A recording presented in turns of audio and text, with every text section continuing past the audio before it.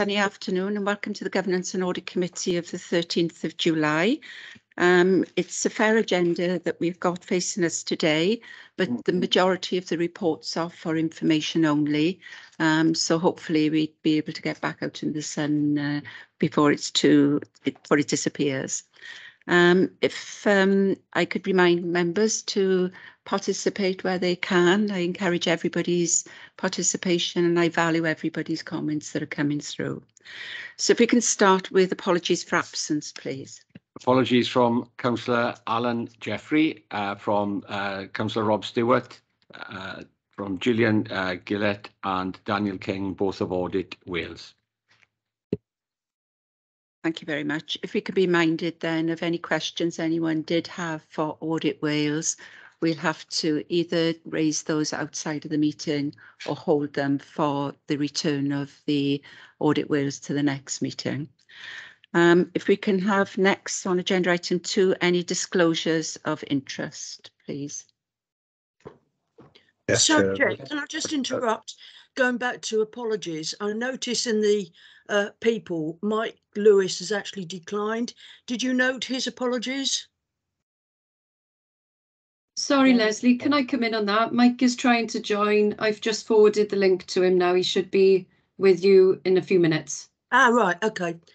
Thanks, Andrea. Just didn't want him to be not noticed, if you like. Thank you, Leslie. Thank you, Andrea. OK, then, declaration. Yeah. Yes, Chair. Oh, sorry.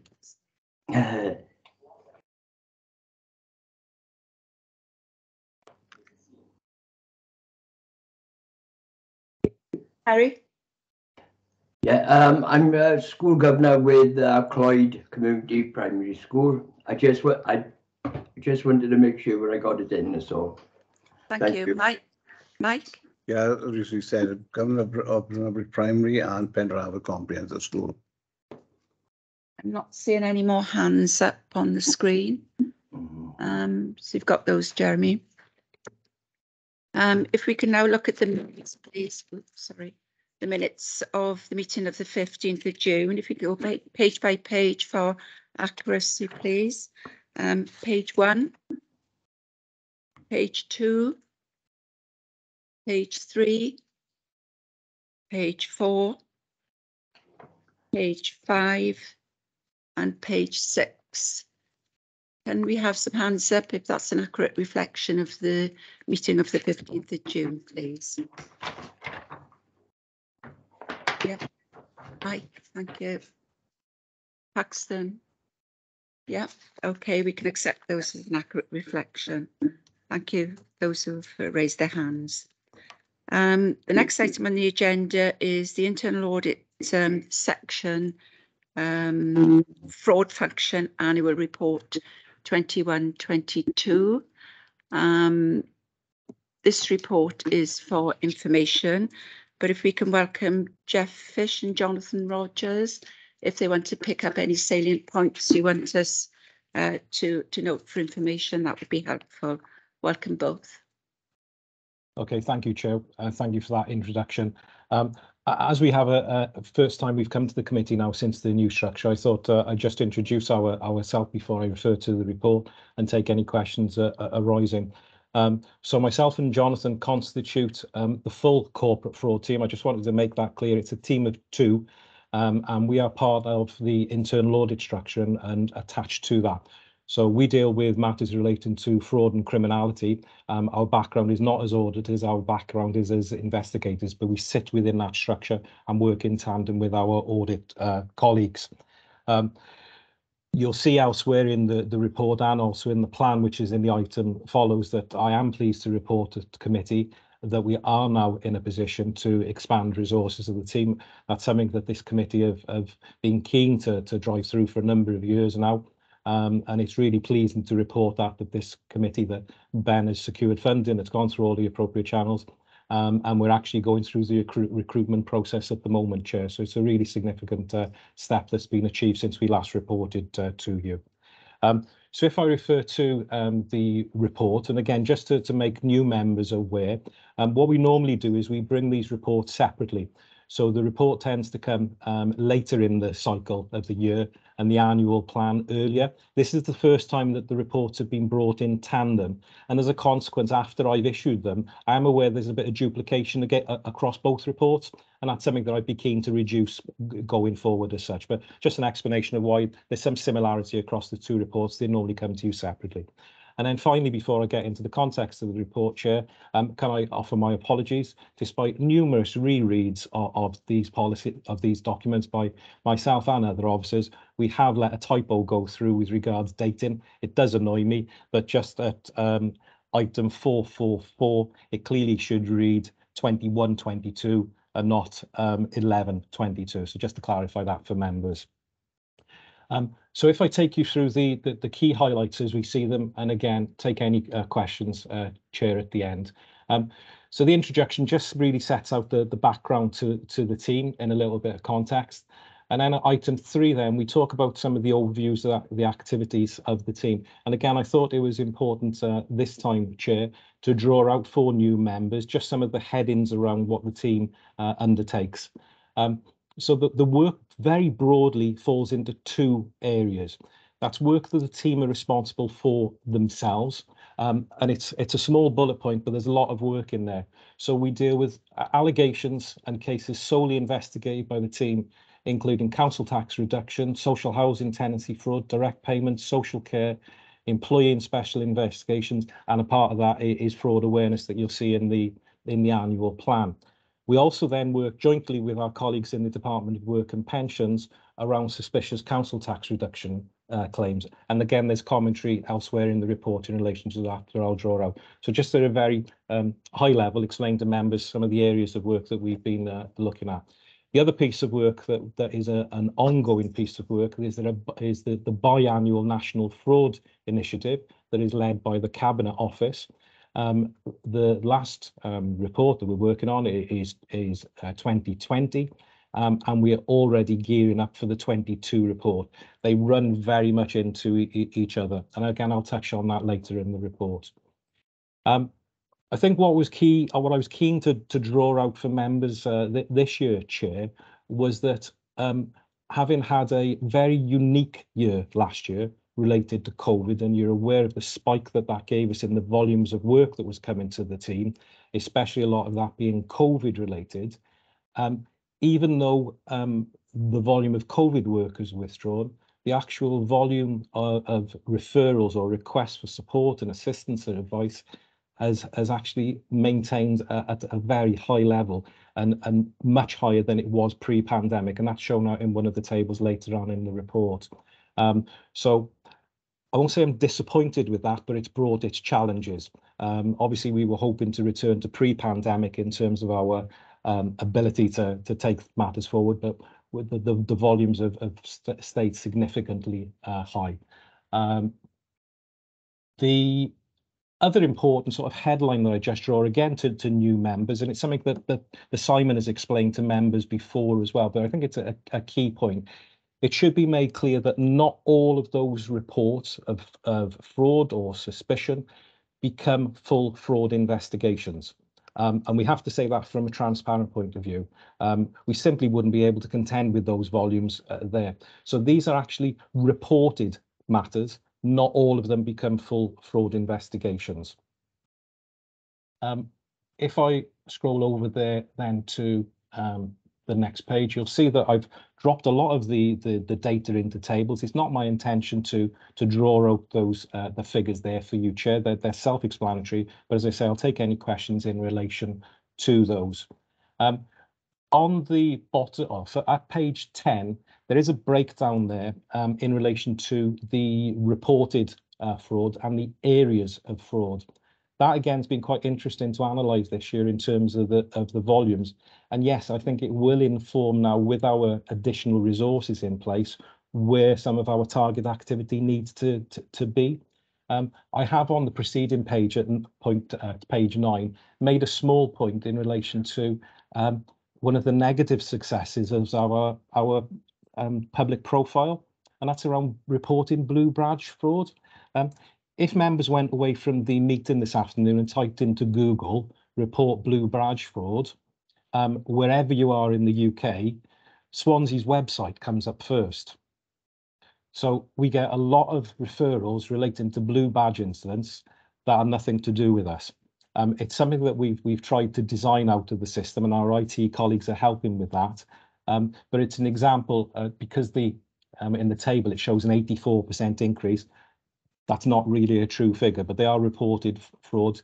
Does involve work because we then pass them on to colleagues in neighbouring authorities who are the responsible persons to look at that.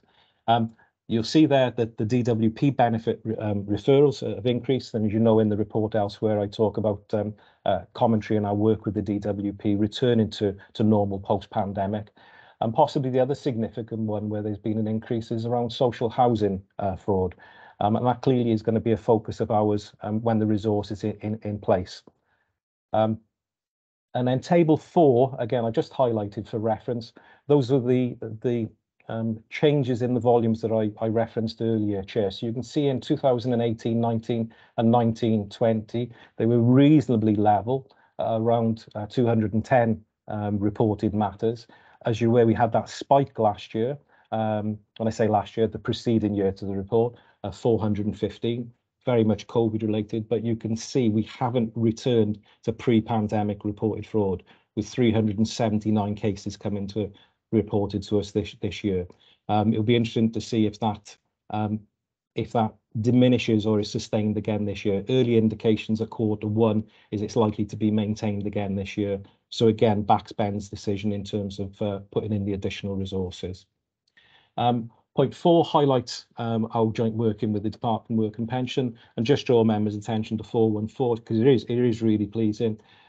Is that as a result of the removal of the majority of COVID restrictions, operations have now returned to a business as usual with the DWP, and we've now had meetings early on in that in terms of getting back to full operations in relation to that. And my colleague Jonathan has been working in preparing cases in advance of that becoming fully operational.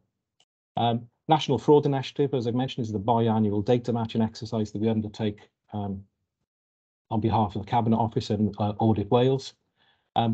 There's some headlines there. What I would propose to do with your permission, Chair, is to bring that a fuller report on that back to the mid-year report in the autumn and give you a full breakdown of the outcomes from that report. We're just at the throes of concluding that report over the summer. Fraud awareness, I've touched on then. I haven't highlighted anything significant to draw out to you there, Chair.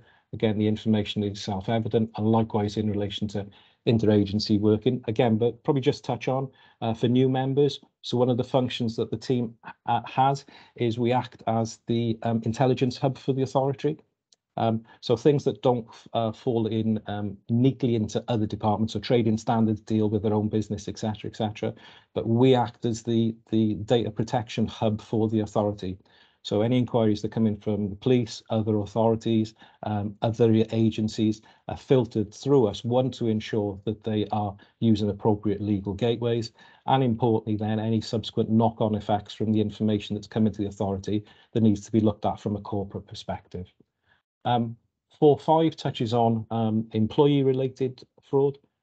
Again, I stress for new members, we take fraud internally and externally as seriously. We're a great believer in putting our own house in order if we're expecting others to do so as well. But again, from a contact point, those figures are infinitesimal in terms of the size of the workforce of the authority.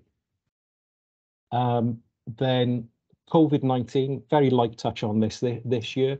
So we probably were continuing to support the administration of grants significantly for the first 2 quarters of the year. That diminished in the 3rd quarter, and by the 4th quarter, we were really only dealing with it by way of exception for our assistance in relation to matters. If you remember last year, there were pages and pages of data with this, Chair. It wasn't felt that was needed on this occasion, but just the headline there at 463, we did robustly look at 49 cases. Again, we were talking thousands and thousands last year, and they've produced a figure there in relation to £27,000 saved. And then take you to the conclusion then, really, Chair. There were 8 planned activities in the annual plan. If you recall, last year we met none of them. We were honest and transparent. COVID had a huge impact and we did not achieve those outcomes. You'll see there, I'm pleased to report that we moved back in a positive manner where four were fully achieved and 4 partly achieved. And in the appendix there, you'll see there's commentary in relation to why those have not been achieved. And hopefully our commentary there is an honest appraisal of why they haven't been met. It's not our intention to dress it up as anything other than it is, Chair. We'll say why we haven't achieved those targets. I'm happy to pause there, Chair, and take any questions. Thank you very much, Jeff. That's a very comprehensive run through your report. Can I just comment first before I open up to members to comment? I'm delighted that you've got the additional resource. You've worked extremely hard, both the two of you, to do what you've done to date. But I am absolutely delighted you've got the additional resource. So great thanks to Ben to being able to secure that. I would say, yes, I'd welcome a mid-year review, as you suggested. And can I also comment that I'm pleased to see that the fraud awareness, which wasn't achievable last year, is now recommenced.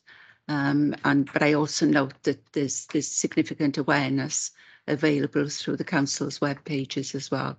So if I can open up to comments now. I've got 2 hands up at the moment. If I can take Councillor Jeff Jones first, please.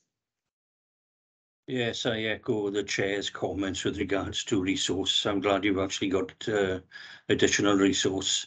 With the National Fraud Initiative, I think you actually said that you get the figures twice a year.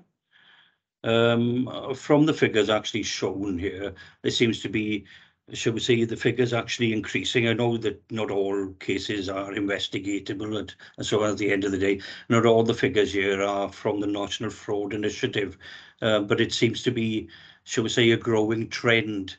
Is there a reason actually behind this? Because, you know, shall I say, if the reason is because of the economic situation in the country, you know, money's getting tighter and so on, do you expect these figures to actually increase as time goes by?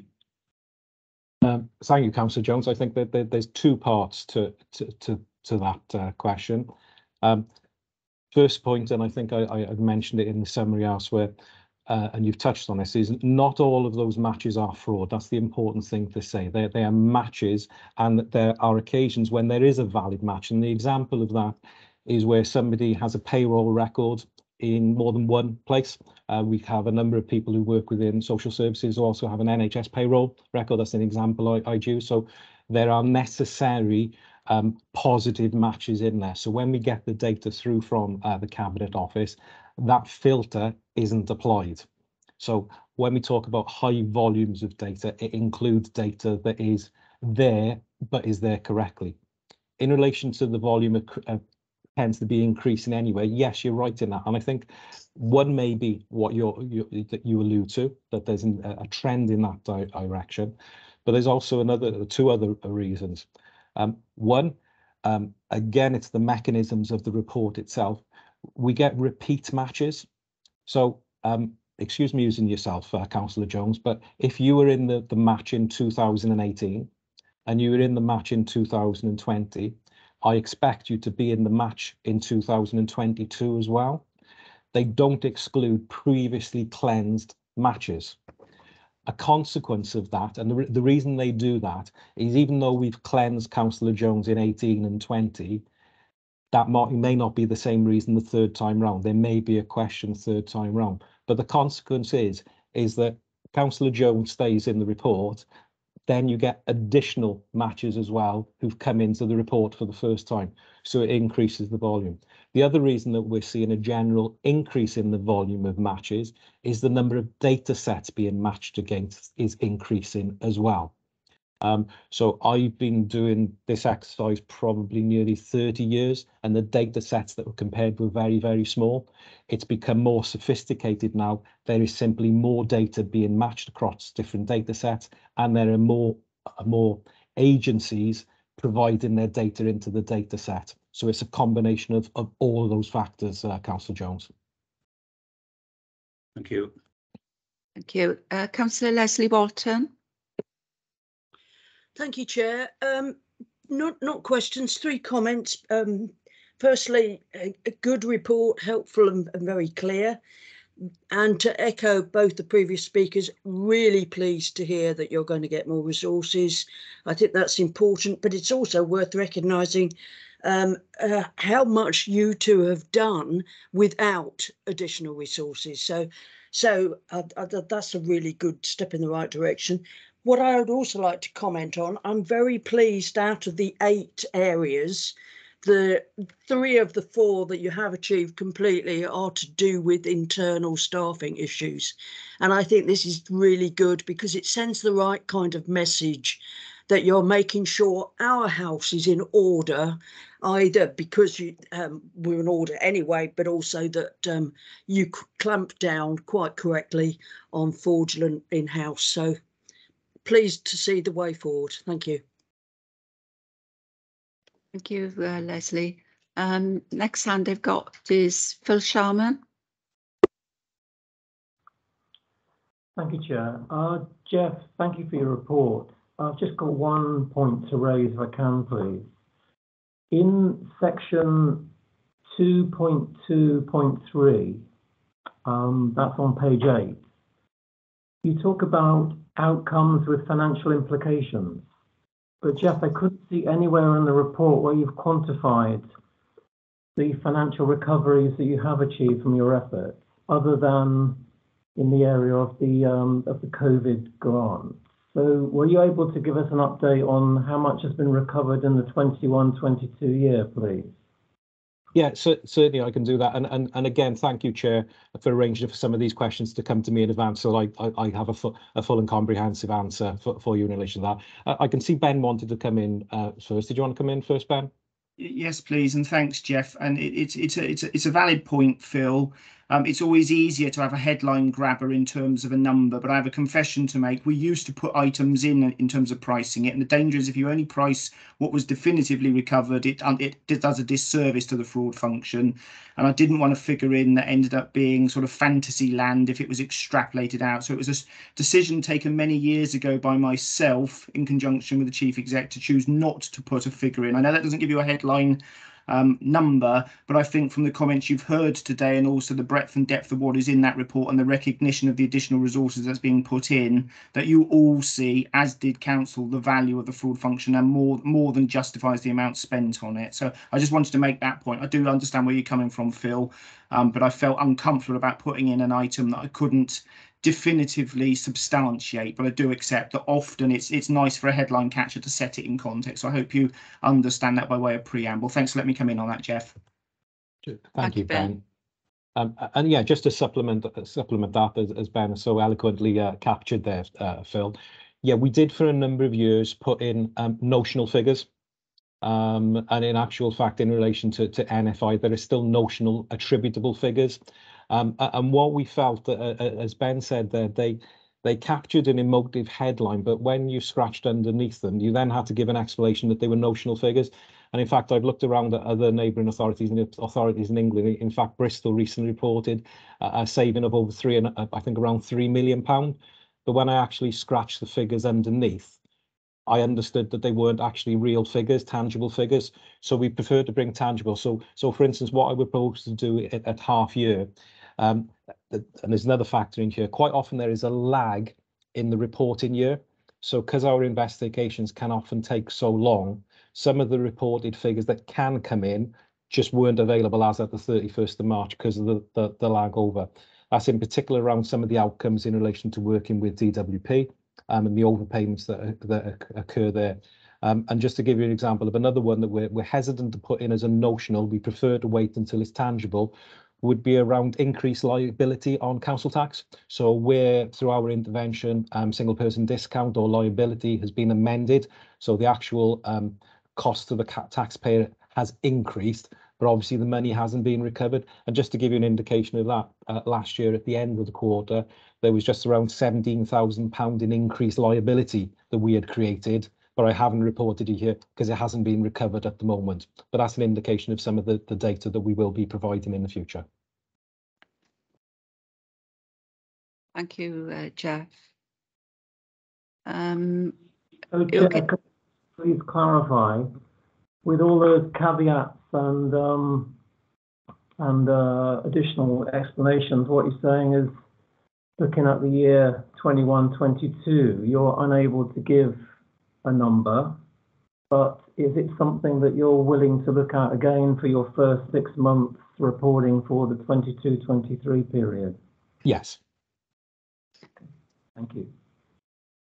If that can be done in consultation with Ben Smith as well, or Jeff. Yeah, 'cause- absolutely. There were, What- Chair, I won't be putting anything notional or sensitive in that. Yeah, because I don't want that to, to set alarm bells running. So it needs a lot of context around that if it's going to be put in. Yeah, because I've experienced that kind of flurry before. Absolutely, Chair. I'm happy that that there can be appropriate commentary paid that allows Phil to be satisfied in relation to that. And equally, as we've extended to members before, Chair, and again, appreciate Phil is new to the function. We're quite happy to meet with members directly in relation to this should need arise as well. Okay, thank you. Right, Julie Davis, I've got your hand up now. And I'd like to echo his thanks. You're very quiet, Julie. I'll try and shout. Ms. Writer. I was just saying thank you, Jeff and Jonathan.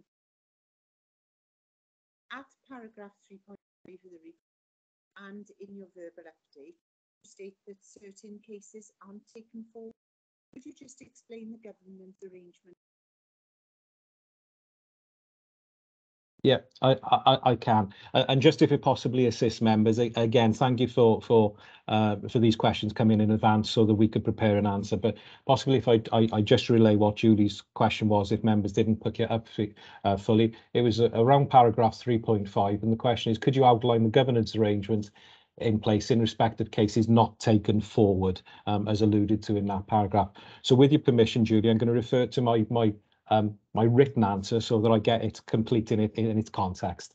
So it says, given the existing limited size and structure of the team, the opportunities for governance are somewhat limited, with obviously the two of us there. However, this does not mean that there is any increased risk in this area. Through established procedures and professional experience, only cases with no realistic prospect of a meaningful outcome are discontinued or immediately rejected. Now, included in those rejected would be cases that I've already highlighted that aren't appropriate for Swansea to take forward, whether in a neighbouring authority, they fall at that. Our fraud portal is very good at capturing what it needs to capture, but it also captures things that shouldn't come into the portal, and we have to filter those out as well. But I would extend beyond that. So as well as our own experience and practice in that, in having confidence around the veracity of those decisions to not take forward. Obviously, in our small team, there will be cases that we call grey, where we will sit down together and say, what are the pros and cons of taking this forward or not taking it forward, and the risks. And then just to extend that, to refer back to my written answer, where appropriate, cases of that nature are also reported to Simon and to Ben and to CMT, because there obviously are cases of significance that need to go to that level, that are cases that are discontinued or no further action is taken. What I would say in terms of development, Julie, is, and again refer to my written response, is the new team structure may afford opportunities to improve governance in that area. So now that we, as well as expanding the team, there is now a structure of a manager and 3 investigators, there may be an opportunity for some governance around that area. Thank you. And I have a second question in relation to Appendix 1. At point 20, you state that you intend to develop proactive work in respect of procurement, and perhaps Nick would like to, because I need to jump to item 6, which is and procurement expenditure and multi-card payments are identified as the main issues found in four secondary schools. So will your proactive work to include? Yeah. Okay, Julie, and again, it's not your fault, but there's still a mic issue, so I'll repeat that question for members here. So the question was, as at Appendix 1 at point 20, you intend to develop proactive work in the respect of procurement. given that procurement expenditure and multi-car payments were identified as the main issue in 4 secondary schools in the schools audit, which is an item to follow, will this proactive work also include schools procurement? So again, if I refer to my answer, Julie, in terms of when we had that in the plan, it was in the context of that being a strategic level. So the response is it's anticipated the piece of work would be about ensuring fraud, bribery and corruption risk at a strategic level are mitted against effectively, and if there is any scope for improvements. So I'll be honest with you, my initial thought on that was that's the level I was coming at that piece of work.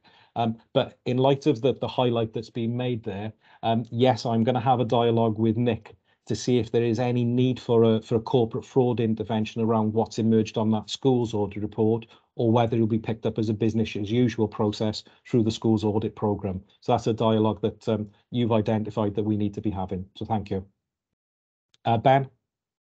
And I'd go further than that and also add that I'd also expect it to be business as usual for the education department in terms of seeking to enforce acceptable standards in those schools, given it's been a perennial matter that has been raised. You have raised concerns previously about some of the procurement practices. It's always harder when it's a bit more removed within a school, but that's the first line of defence, and then audit and fraud. So in that context, I agree with what Jeff has said, but I equally wanted to remind, and I have taken the opportunity to remind colleagues in other directorates that they do equally have responsibility for those compliance matters. And these are matters that have come before the committee before and are well established in terms of some of those concerns we have around schools procurement. And I would expect that to be the first line of defence, but you've got 3 potential lines of defence on that. So thank you for the question, Julie. Thank Chair, you. could come back on a question on that. Yeah. In regards to procurement of schools, yes, this is obviously an issue that we've seen many times through the committee here, but it was an extensive procurement scrutiny committee card, which was close on a year. We went through that, but we have put recommendations to the education department by the cabinet that clear sort of policy guidance is now sent out to schools, and obviously training for head teachers, and hopefully they can set up a subcommittee of the school governing bodies to understand the actual procedures of the way the procurement should be implemented. Okay. So I think that's in the process of being done, I gather. Thank you, Mike. And I remember that being discussed previously as well. So okay, then if we can draw that item to a close, can I? Oh, sorry, Gordon Anderson. Sorry, Gordon. Just a quick question for Jeff. I'm obviously not understanding the value of a match. Does this give you additional resources or make it easier to investigate? Okay, so if I explain what we understand, or what we and what the cabinet understand by what a match is. So organisations, and as I say, they're across the spectrum of public sector, local authorities, NHS boards, other public authorities, they upload data sets in advance of the match exercise. And you say set out early in the report. I just have a look at my questions. I can reference the example types there, Gordon. Just give me a second.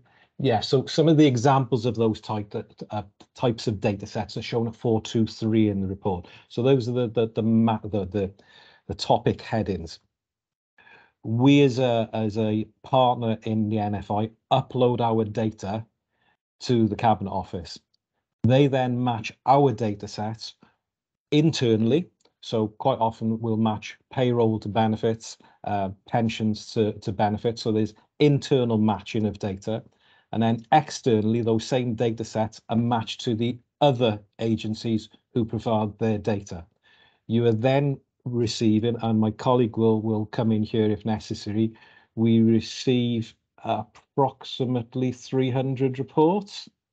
I may have over-egged that, but we receive a significant number of reports of matches that basically say Jeff Fish exists in payroll, Jeff Fish exists in benefits. Should he be in both? The exercise then, Gordon, is to cleanse that data and say there's a match there for a reason.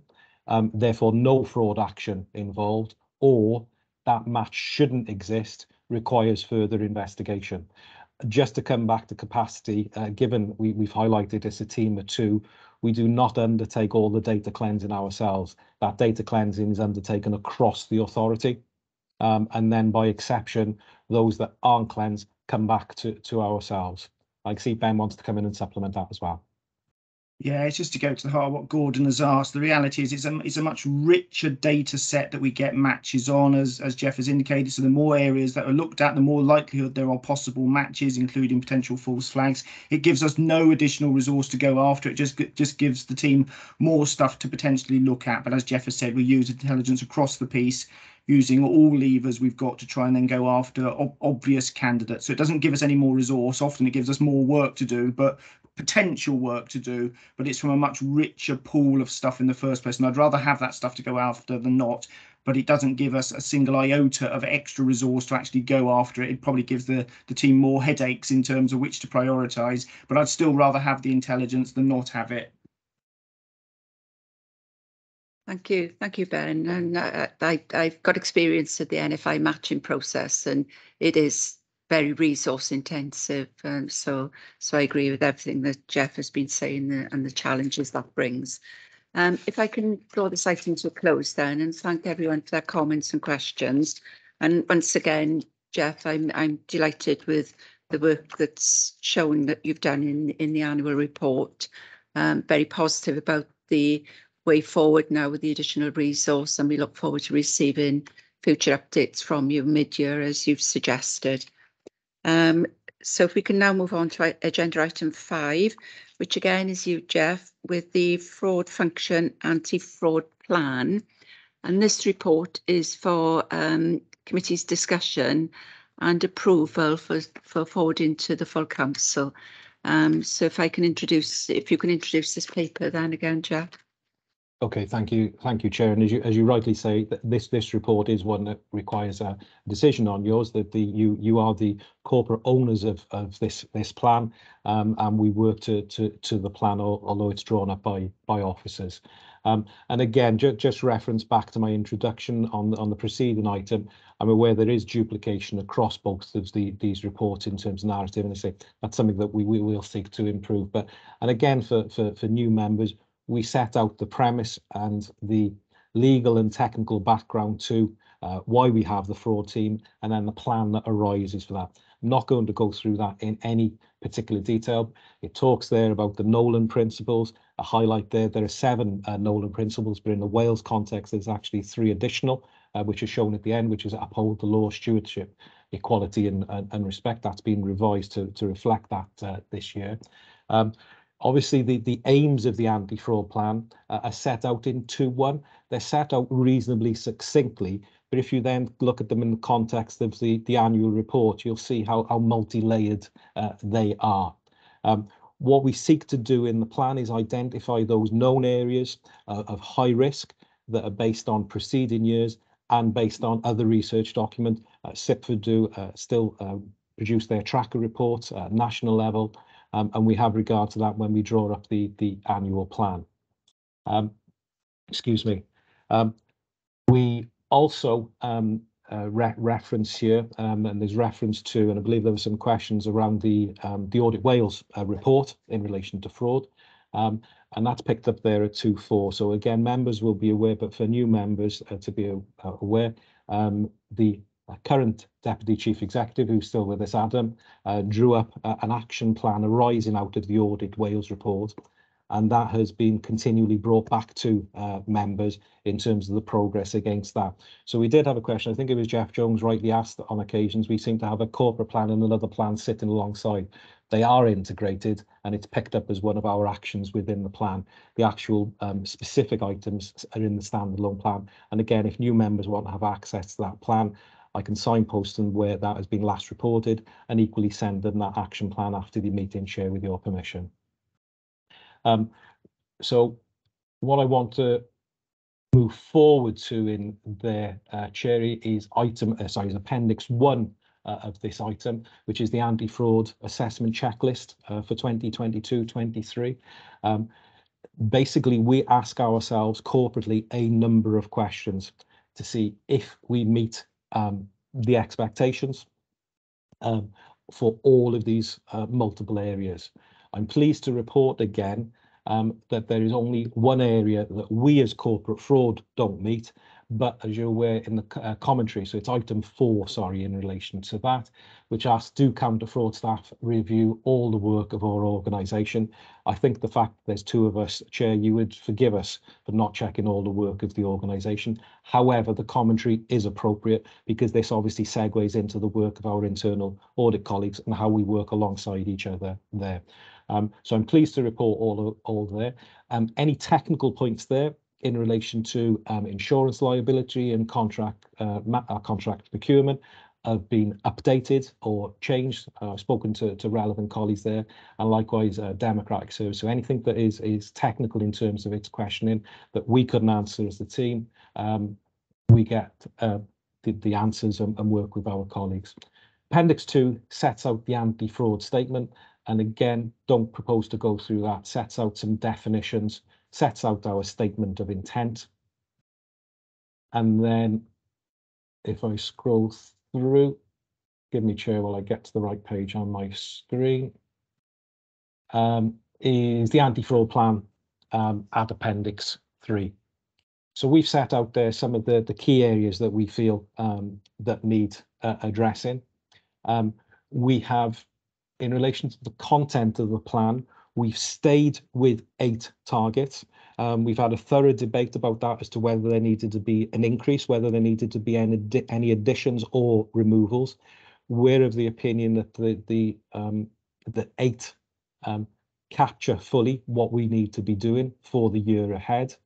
And obviously what you've got then is some detail on how we're going to measure success against those outcomes as we have in previous year. The only subtle change in relation to that, there's some grammatical change and some small detail change, but the one that we have done there to reflect the changes which are going to come about shortly with the team is, so we put a very rough timetable on this, Chair, to give you some indication of that. We hope to successfully recruit the 2 additional posts by the end of September. As I said, we've started that recruitment process now. We then, as part of that, intend to embed those posts for the rest of the year.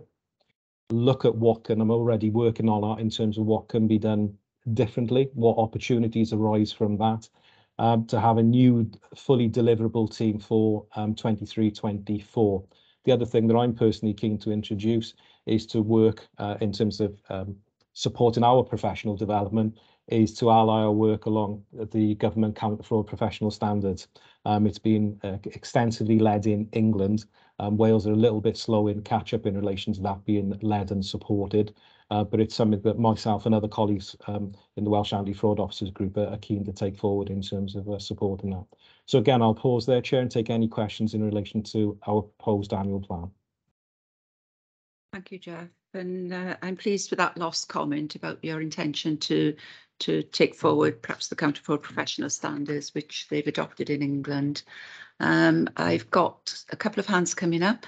Councillor Leslie Walton. Thanks, Chair. Just with reference to 1.3, it's got the sort of 3 parts to dealing with fraud, and the middle one's prevent. I'm hoping you'll agree that because you've now got an additional member resource coming online, that you will be able to do more proactive rather than reactive work. Yeah. Yeah, absolutely, Councillor Walton. As you know, it's again a repeating theme that we've come to you with, is that we've aspired to be proactive, but with our finite resources, we've been wholly reactive for a number of years.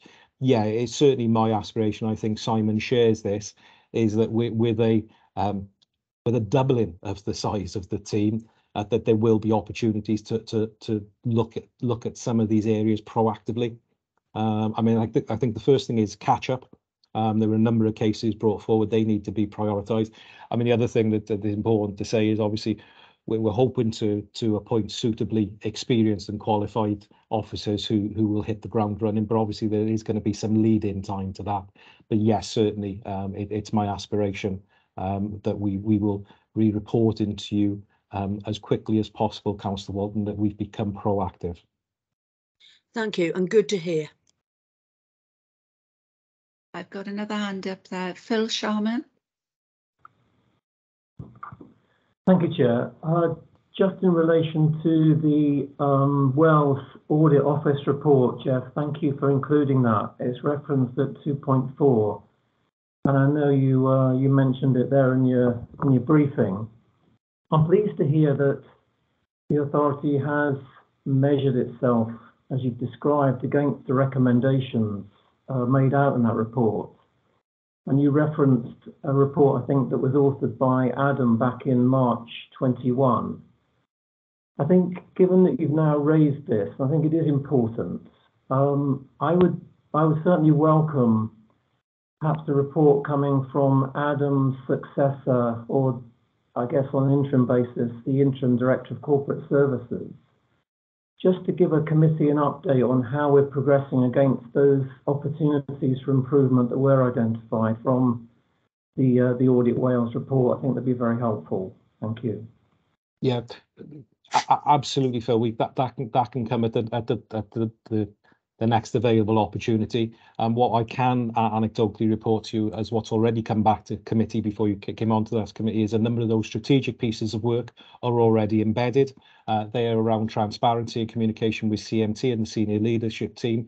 What I'm concentrating on, and now under item 8, under our objectives, are some of the operational issues there. That need to be bedded down around process. So yeah, please, a lot of the strategic elements that have already been picked up there, and some of those around governance from this committee as well, have already been addressed. I'm now going to be concentrating now with the resources being freed up on some of the operational aspects of that. Thank you both. I'm not seeing any more hands up. Yeah. Sorry, Mike. Yes, thanks, Jeff. In regards to the catch-up work there, is there any timescale that the team has in place where they feel it is enough to follow up these catch-up cases? I mean, it's going to be difficult because we need to recruit and catch up at the same time. That's the reality that we're faced with. I mean, the other thing is we do have legal constraints as well. I mean, obviously our actions can be time barred as well. So where we can, resources are being directed to those matters that need to be taken forward at a pace, and at the same time simultaneously appoint. It's going to be a difficult circle to square, Councillor, but we'll give it our best shot. Okay, thank you. Gordon. Yeah, sorry, Jeff. A comprehensive report, and I welcome it. On page 39, paragraph 312, it says that the council is required to ensure that not only contractors but all employees of contractors are encouraged and are made aware of their obligations under the Bribery Act. And I imagine that'd be quite a cohort of people given the activities the council runs. And then when I go to your objectives, the last but one in raising awareness, do you think that maybe that warrants a separate cohort in the end column there, or are they just put in with members of the public? Yeah. Thank you, Gordon, and again, thanks for having an opportunity to look at these questions in advance in relation to both those matters on procurement. I've considered them. I've also spoken this morning to Chris Williams, who leads on procurement for the authority, to form an opinion on those. What we say in relation to the first part of your question in terms of the encouragement, we are as satisfied as we can be at the moment. I mean, obviously procurement is an area of work that we want to look at, and I referenced that earlier in terms of a strategic level. It fitted with the question that Julie asked. So the stand position at the moment is we're reasonably satisfied that the CPRs and the council constitution clearly identify the responsibility on contractors, and therein any subcontractors or employees on their duty to report fraud. It's also been referenced by Councillor White earlier that there was a significant piece of work undertaken by scrutiny in relation to the procurement process, and again some of these matters have already been addressed there. In relation to the training element, probably comes down to resource at the moment in terms of picking up something bespoke for that particular sector, and that would apply to us and equally to procurement teams as well. But it's certainly something, having spoken to Chris this morning, that yeah, we'll look to see if there are opportunities for something additional or bespoke to be built in, possibly not in line in terms of face-to-face or direct training, Gordon, but yes, is there an opportunity for some signposting and some directional support around that issue that you've identified? Okay, thank you. Thank you very Ben? much.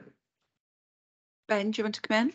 Yes, Chair, I'll just equally add to what Jeff has said. I mean, the responsibility lies with client departments in terms of commissioning procurement. That's the main eyes and ears. Obviously, the procurement function itself is relatively small, but it would be remiss of me not to point out that whilst my budget overall was frozen, not only was the fraud team one area of investment, the other was the corporate procurement function, which sits under me. So that is the other area that's being beefed up in terms of numbers of staff that are able to give cross-council advice to the client department. So I think committee would take some comfort from that knowledge as well.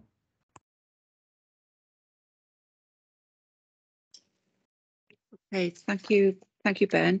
Okay, if there are no other hands up, no other comments or questions, then we've been asked to discuss, which we have, and approve the anti-fraud plan. So I'm going to hand over to Jeremy for him to go through the approval counts. Okay, Gordon Anderson. Oh, okay. Julie Davis.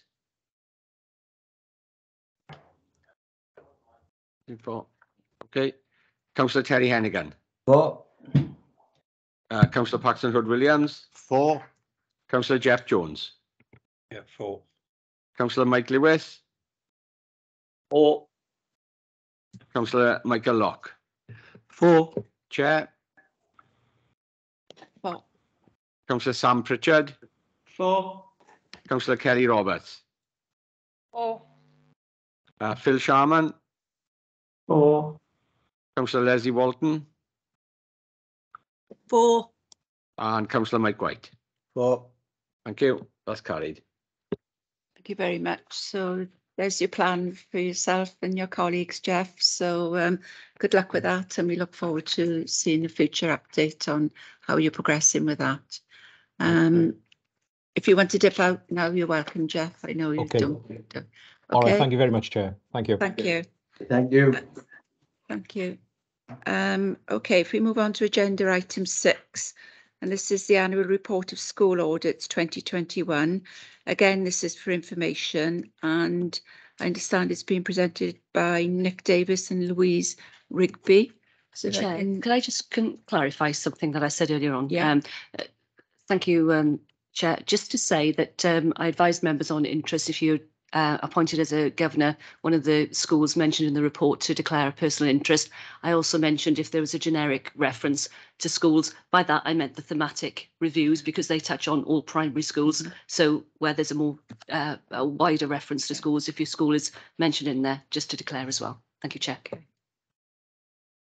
So are we happy to go ahead now with Nick Davis and Louise Rigby to present? Are you saying that all of us who are governors ought to declare?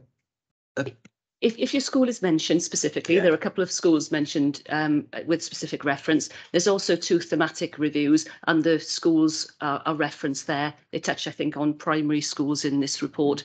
If your school is mentioned, it's better to declare a personal interest, and the thematic reviews touch on all primary schools or all comps, however the review has been undertaken. So it's if your school is mentioned in there, even if it's in the thematic review, it's preferable to declare a personal interest because it's referenced. I think you were saying if it's in the thematic review, then declare an interest. So I think yes. We'll just be on the safe side there, Madam Chair. So do we want to confirm any declarations for this report then? We took some interest right at the beginning, Chair. I think those were probably in relation to the schools that were specifically mentioned, but I just wanted to clarify that if your school is mentioned in the thematic reviews, also to declare an interest. And I don't know whether whether that captures any additional interest than we had at the beginning. Councillor Kelly Roberts. Hello, sorry, I have been through the report. I can't see Penrail Comprehensive or Cosine and Primary mentioned specifically, but I will declare an interest and go through it again just in case, just to be safe. If it's not in the thematic reviews, you don't need to, and I think the thematic reviews touch on primary schools only. But that's fine. So there's a list of all primary schools that are included in thematic reviews as I think it's I can't see the list here now. Yeah, I'm just scrolling through. If your school is listed in, there's Appendix 1, primary schools covered by the thematic reviews, and there are 2 of them, 2 reviews. If your school is listed there, or if it's specifically mentioned as one of the schools that has been dealt with either as a return to a previous audit or a fresh review, and it's listed, separately, then again to declare the personal interest.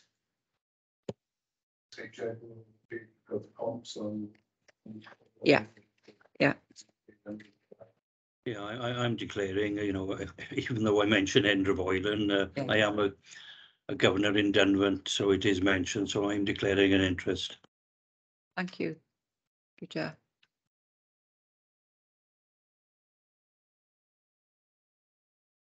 Okay. We can again, Nick. Yeah. Okay. Thanks, Chair. Yeah, just to clear up that first point, I'll be presenting the report today on the schools, and Louise is here just for any sort of education, managerial questions. So I'll present the report in full, really, and just go through some of the highlights. And then if you've got any further questions, then outside of that, then Louise can answer them. But yeah, good afternoon, everyone. As the Chair said, I'm Nick Davis, Principal Auditor, in attendance this afternoon to present the annual report of school audits for the financial year 21-22, which is agenda item number 6 in the reports pack, covering pages 100 to 118. This report is for information only, so as usual, I'll just run through some of the main points raised during the year, and happy to answer any questions at the end. So if I can point members towards page 101 of the pack, and 2.5 really just to say that the last couple of years have been particularly difficult for the team when trying to arrange individual school audits because of the pandemic and the restrictions in place in relation to physical site visits.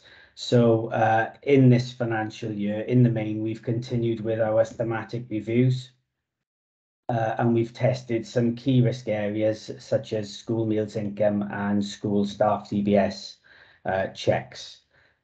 We also concluded the audit of the unofficial fund thematic review from the previous financial year. There were 3 remaining schools that failed to provide us with the information required. So we've actually concluded that exercise as well.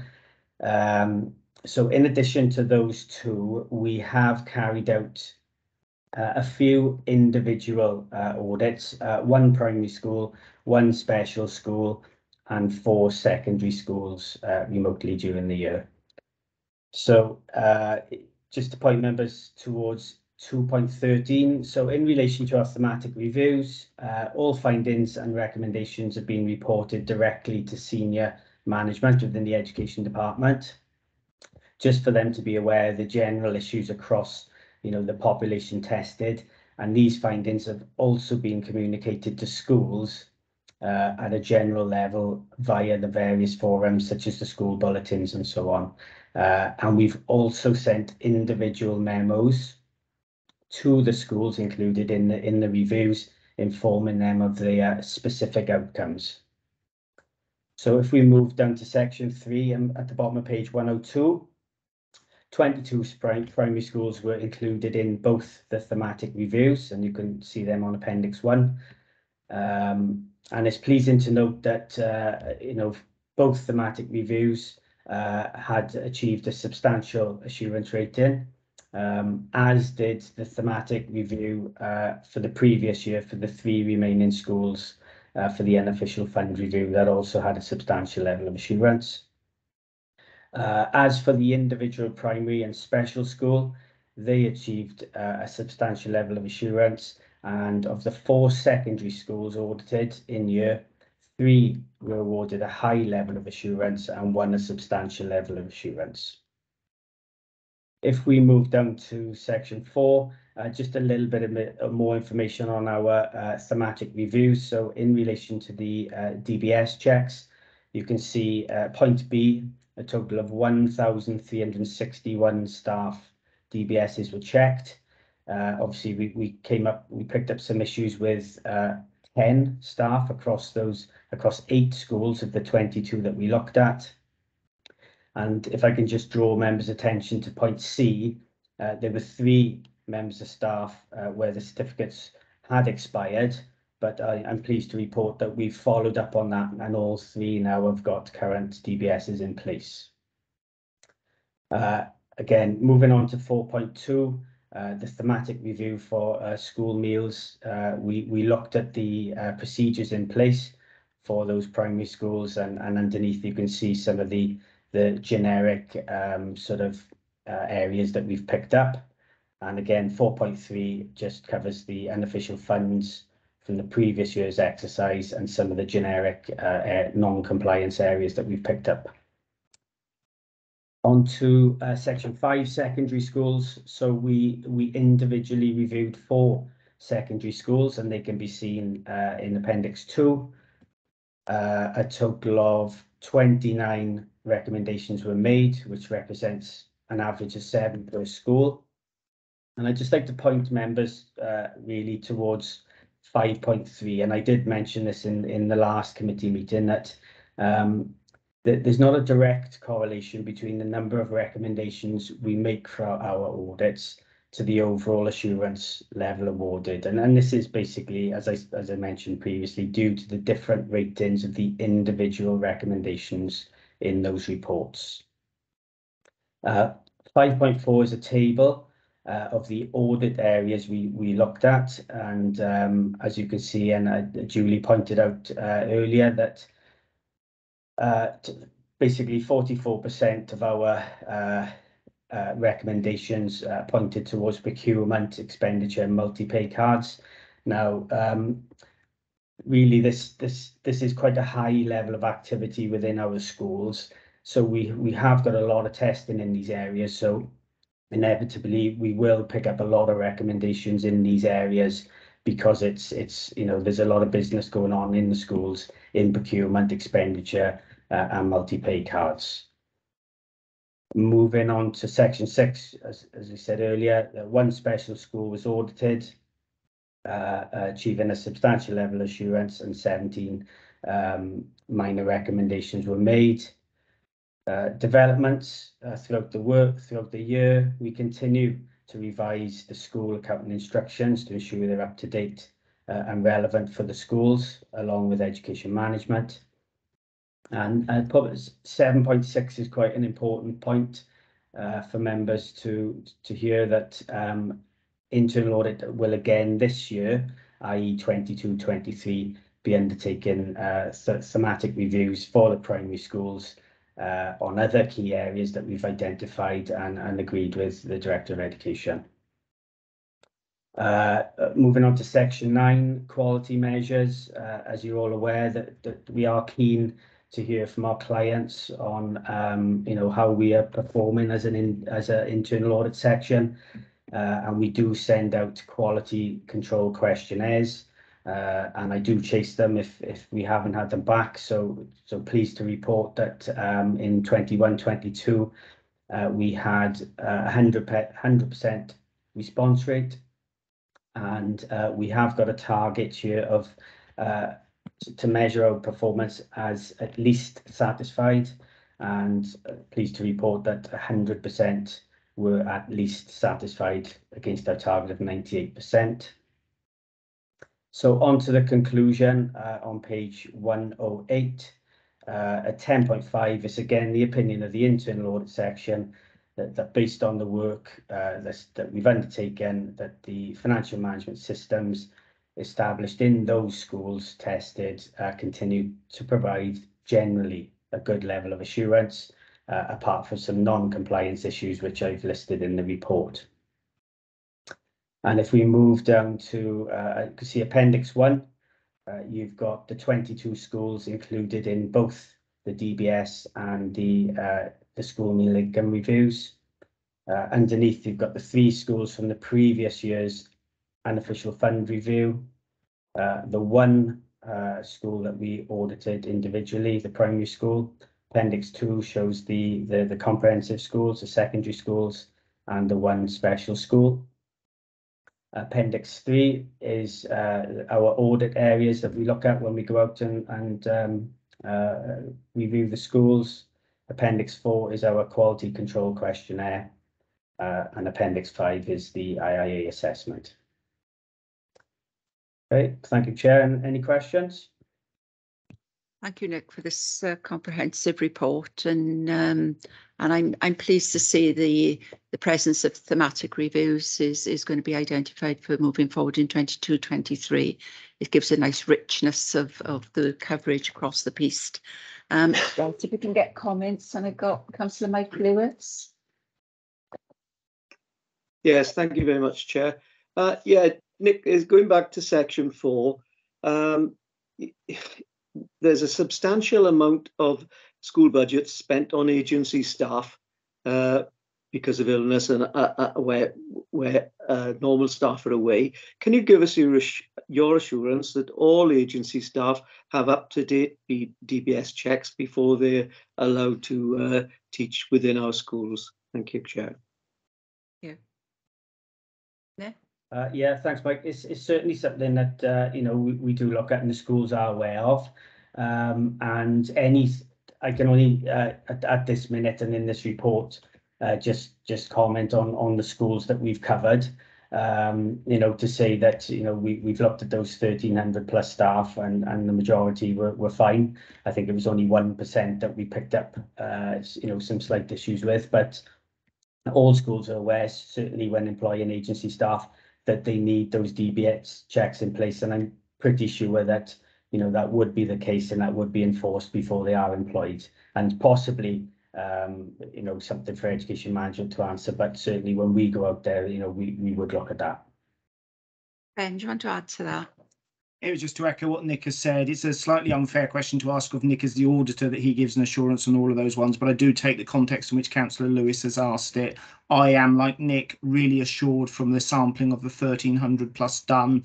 And that was the very first question I asked him when I had the draft report. What about the 3 that there was a technical infringement on? And we'd followed up and checked on them. So it is a responsibility of the individual schools and education management to comply. But I take assurance from the very substantial sampling. So I didn't want Nick to totally answer, and he's given the answer I'd expected him to give as the auditor, because he can't give that absolute assurance in terms of the question. But I do understand why it was asked in the way it was, councillors, because we operate zero tolerance threshold on all DBS matters.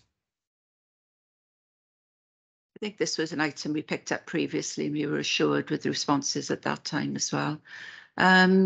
Julie Davis. Thank you, Chair. And Nick, I'd like to recognise the coverage that you've achieved in your team of schools by a combination of assessment, thematic review, and I think those very effectively. At a previous governance discussed the inclusion of on the school. So I was wondering right to the committee that the school identifying and managing effectively.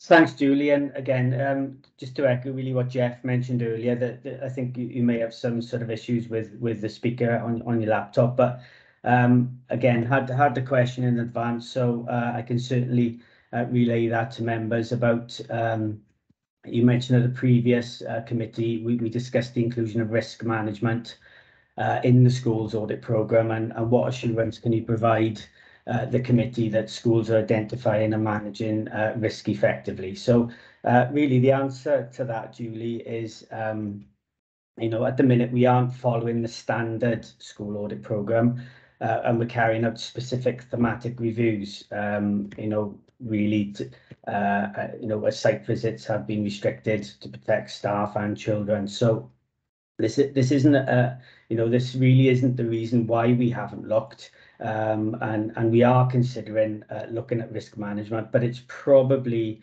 a question that you know, I would put to maybe education management to answer.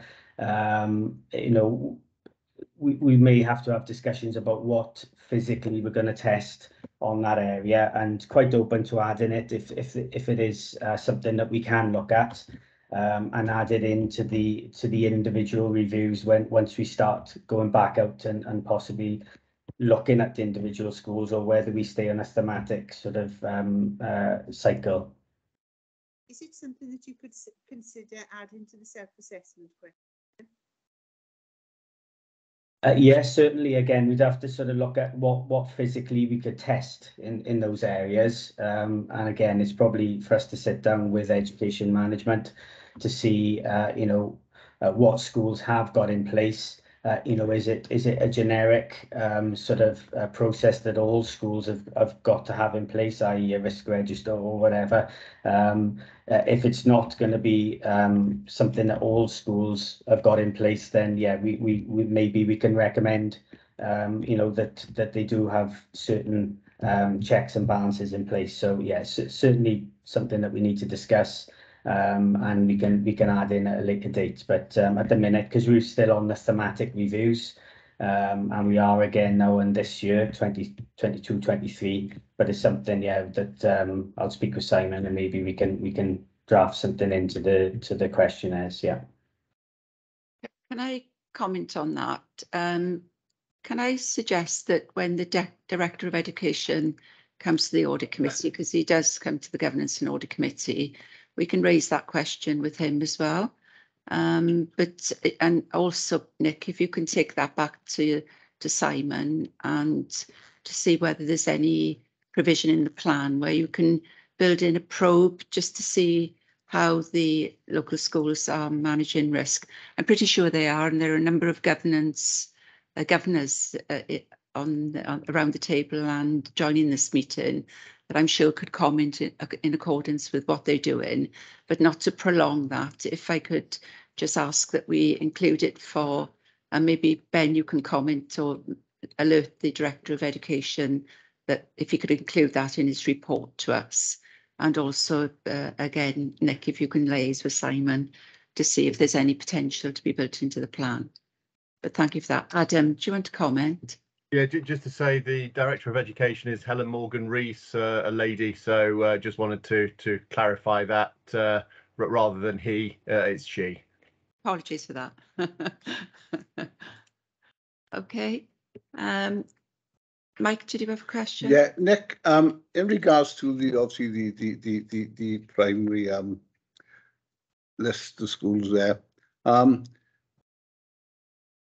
the schools have a primary support officer that will go out and go through the actual school spend on their budget.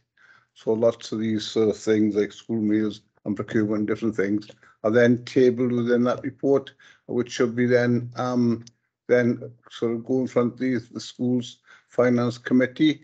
That obviously they can see that the spend is on track, or if there's anything that need to be flagged up. Can you confirm whether all schools are meeting with the primary support officers? Yeah, thanks, Mike. Yeah, Ben may be able to answer this a little bit better, because they do sit in with accountancy, but each school or each PSO has a number of schools under their umbrella, and I think they do have regular budget monitoring meetings.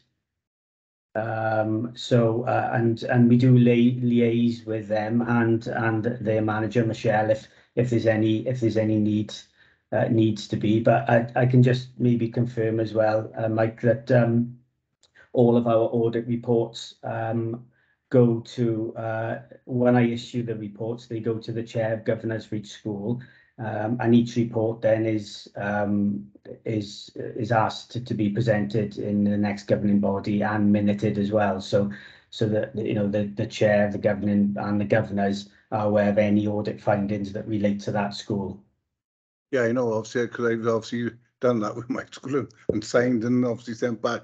But in regards to all the schools, I'm having meetings with the primary support officer really on issues within the budget spend. Ben, do you want to come in on that one? Yeah, so there's a couple of bits to unpack. First, the responsibility sits with primary schools, and they choose how they wish to take advantage of services. The important thing is every primary school still buys into the primary support officer service at present. They don't have to; it's a choice, but they do, and it's one of those valuable things where it enables me to have eyes and ears on the ground, because the primary schools have relatively small numbers of administrative staff. So it's a double-edged benefit for me in terms of that. Clearly, as has been alluded to with my audit colleagues on a number of matters, a majority of those have been done remotely rather than on site for the same COVID protection reasons. That's the only limitation, but the primary support officer service has continued. It's a relatively small service in number of officers, and there are always occasional gaps, but it is a real strength that the primary schools do buy into the service, and that should give again the committee some assurance that whilst the schools are independent and they choose to do their own thing, it gives me eyes and ears on the ground as another protection. Given it is a small service, there are occasionally gaps, but in terms of the way you've asked the question, Councillor White, my understanding is that it gives me further assurance and that there is independence that we can rely on, and I'm able to bring influence to bear on any primary school if I need to do so. Thank you. Thanks, Ben. Thank you. I'm not seeing any more hands up, so can I thank you for presenting the report, Nick? A positive report, which is welcome news. And again, if you want to stay, you're willing to stay, you're welcome to stay, but you can dip out if you wish.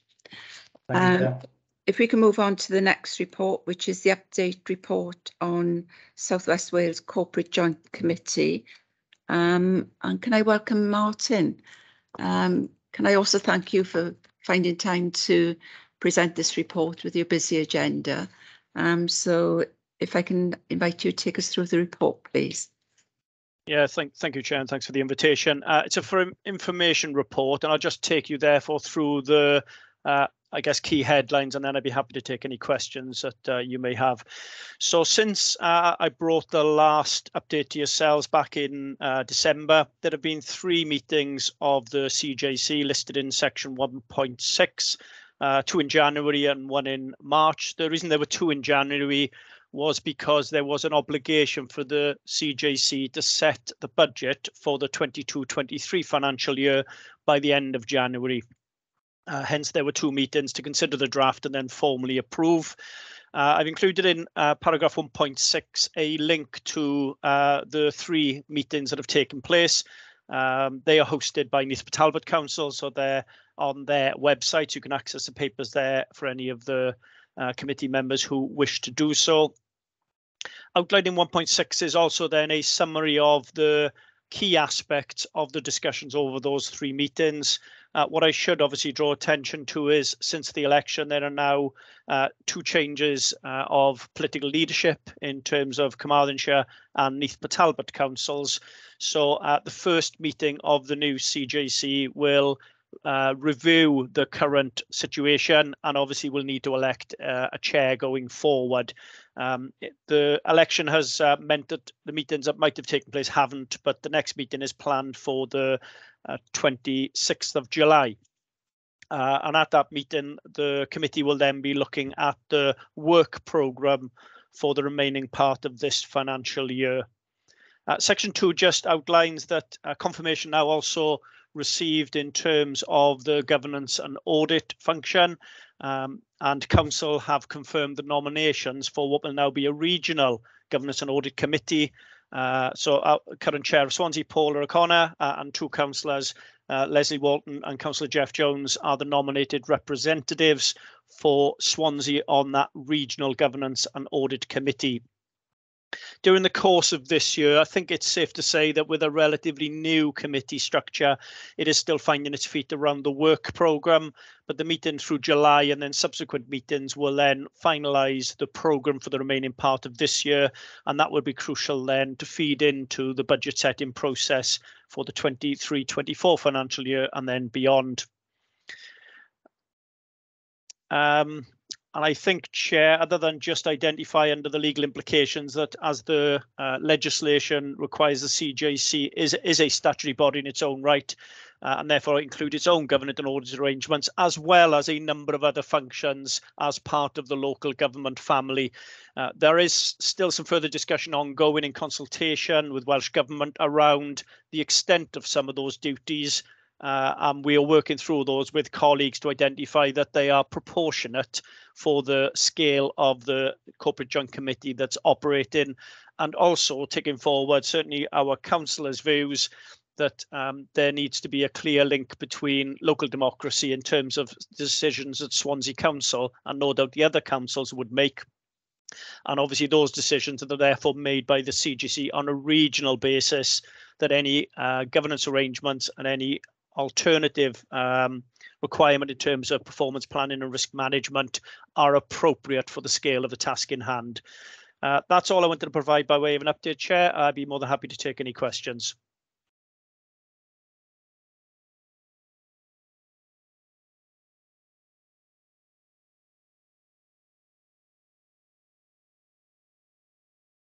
I did look at the Corporate Joint Committee's statutory guidance for the CJC, and I note the involvement of the CJC Governance and Audit Committee, and also that it's a requirement just to meet once in every calendar year. So I'm assuming there's still time to build in that once in the first year that it's established. But I've got no more comments other than to welcome the paper as an update. And would we have future updates in 3 or 6 months? Shall I come back on that, Chair? Just firstly, in relation to your first point, yeah, I would certainly expect that the meeting, at least one meeting, will take place of the Governance and Audit Committee. I know it hasn't yet. I would imagine that will follow shortly after or soon after the 26th of July CJC meeting. Obviously, there has been some delay in getting nominations from at least one, probably 2 councils in terms of the political nominations for that regional Governance and Audit Committee, given that there were some changes in terms of other local authorities within the region. So I'd be more than happy to come back and confirm that date when that's formalised. In terms of update, Chair, you know, the only concern I would have is once the new governance and audit regional arrangements are set up, I would query really whether there is a need for Swansea specifically to look at any of the detail on an individual basis. However, I do note, and I hadn't realised when this paper was being placed on the agenda, that there is an item 12 on the agenda today in terms of the regional partnership report, which also includes update of the CJC as well as the other regional arrangements. And I'd be more than happy to build any update into that future report if that helps the committee. Yeah. It's something I discussed with Adam Hill earlier, and we think that may be the best way to give you an update, but collectively as part of all of the regional arrangements. Absolutely agree. And obviously with Councillor Walton and Councillor Jeff Jones's presence on the future committee, then that link will be firm anyway. So are there any comments from any? Councillor Plaxton Hood-Williams. Thank you, Madam Chairman. Just a nice simple question for, in this case, have we yet got any understanding as to the likely escalation of costs of running the CJC and the impact that's going to have on us as a city council in terms of budgets yet? I'll come back on that if I may, Chair. Simple answer is no, Councillor. Yeah, the reality is if I perhaps explain briefly for this financial year, what happened was each of the work strands. Bearing in mind there are 4 work streams effectively covering the CJC, or the CJC covers 4 work streams, and they're listed in the report. So it's quite a narrow scope of remit. When we were working through setting the budget for this financial year, for 22-23, consultation took place with each of the work stream leads to identify how they saw the work programme ramping up. So quite a bit of work has been done on the economic well-being work strand, and that's referenced in paragraph 1.6 in terms of the regional economic development plan, and that had already been completed, or largely completed, before the CJC was formulated. The other 2 major strands, which are around the new regional planning framework and the regional transport plan, there is still ongoing dialogue with Welsh Government regarding the pace and scale and timing of those documents. So until we've got clarity from Welsh Government as to when those plans are going to be formally required, we've been unable to ask the CJC, or the CJC has been unable to consider what those future budget implications may be. I would certainly hope over the next 3 months or so will be much clearer, because all of the guidance from Welsh Government will have then been adopted and passed into the legislation, and will be clearer then as to, for example, the timescale of the new regional transport plan. Now, if, for example, that new regional transport plan was required during the course of the next financial year, then the officers tasked with delivering that would have to come forward with a proposal that would be costed, and that would identify what budget would be required. And then input from the Section 151 officers, and then ultimately the CJC would need to make a decision as to whether that budget was appropriate. So it's too early to be able to commit to that. I think it's safe to say it'll be higher than it was this year, but it depends on the complexity of the programme and the timing of the programme and how quickly those work strands would need to be delivered. So, sorry, it's a long and probably not a clear answer, but unfortunately, it is something that we will have to revisit when that work programme is signed off.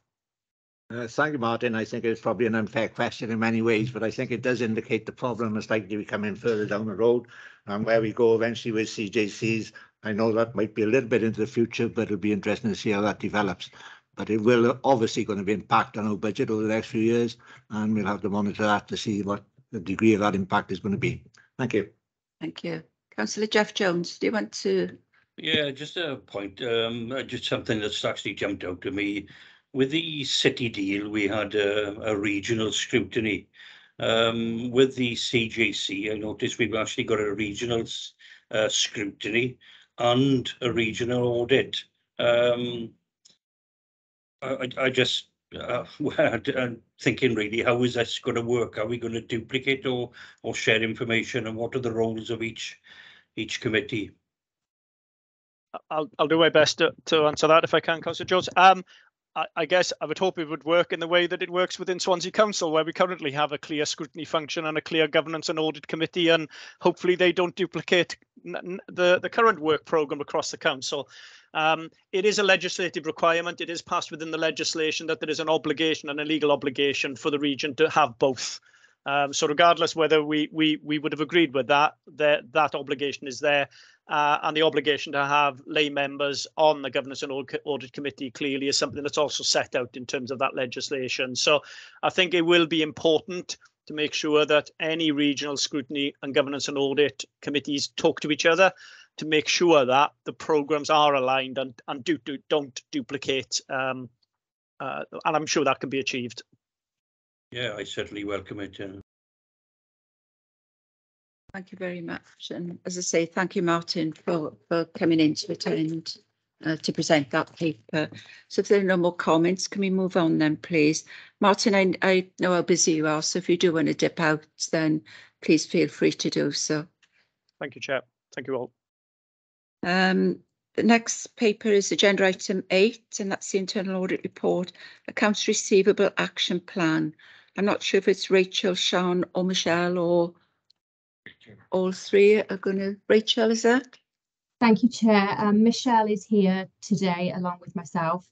This report follows a verbal update provided by the Deputy Chief Executive in June, and it looks to include some specific areas that were requested specifically by the committee previously. So I will defer to Michelle as the report author to take you through the summary of that and answer any questions that you may have. Thank you very much. You can go ahead, Michelle. Hi, good afternoon, everyone. Thank you. For those of you that don't know me, I'm Michelle Davis. I'm manager of the accounts receivable section and also the cash management section as well. I'll quickly go through the summary of this report that we've submitted. I'm assuming everybody's read the detail. So this report addresses the concerns that the committee has had around the moderate rating of the AR internal audit report. And then following that issuance and verbal updates, there were some concerns raised about the outstanding debt levels as well and the progress on the debt recovery levels. So this summary report focuses on the progress being made by the AR section as well as the organisation as a whole, and aims to provide further detail on the progress that is being made, excuse me, and the challenges that we still face. Hopefully it will alleviate some of the concerns raised. The report is broadly divided into three main areas, which are progress made, responses to questions that were raised in the June meeting, and future plans. Excuse me, I'll just scroll down here.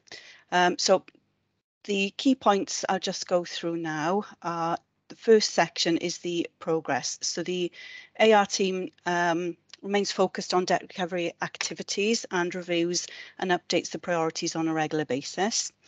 Specific tracked progress, which is found at page 125 and 126 of the report, shows that 39% of targeted and tracked invoices were paid in full, and a further 49% were being reviewed for referral to legal, but we're awaiting evidence of the debt from the service department. Age debt analysis, which is found in the middle of page 125, is at a consistent level when analysed over the previous decade. And when examined in terms of a percentage of the total debt raised in a year, it can be seen that the trend shows a consistent decrease year on year. That's not to say there isn't room for improvement, as there always is more that can be done if resource allows, but hopefully this provides the committee with the context and perspective on the outstanding debt levels. There's a snapshot of the current outstanding debt level at the time of writing the report, which is found at the top of page 125. And this shows that 15% of the total outstanding debt at that point is over 1 year old. But 51% is less than 2 months old, with the remaining 34% spread in that intervening period of aged between 2 and 12 months old. Again, it's worth stating for accounts receivable statistics, and this particular statistic is a snapshot, and that can change on a daily basis depending on what payments have been received and what invoices have been raised. So it's always worth bearing that in mind. Further progress write-offs are up to date. However, it should be noted that there are 24 invoices of high value that require approval, which will significantly reduce the outstanding debt over 1 year once these have been approved and closed on the system. And legal liaison, this work is continuing, and we've completed the review and update of the AR to legal protocol document, which reflects current legal costs and streamlines debt recovery processes. So that's a quick summary of the progress that we've made since the last update. In response to the questions that were raised in the June committee meeting, the report outlines in detail the reporting routine that is sent to all service departments every month, and the detailed lists that are issued to all heads of service, which includes, and those key areas include disputed invoices and outstanding debts that are over 60 days old. So that's 2 months. Disputed invoices, this is a two-pronged approach with the detailed and regular information being issued routinely by the AR team, as referred to on page 127. And also the matter is has been raised on several occasions at CMT by Ben.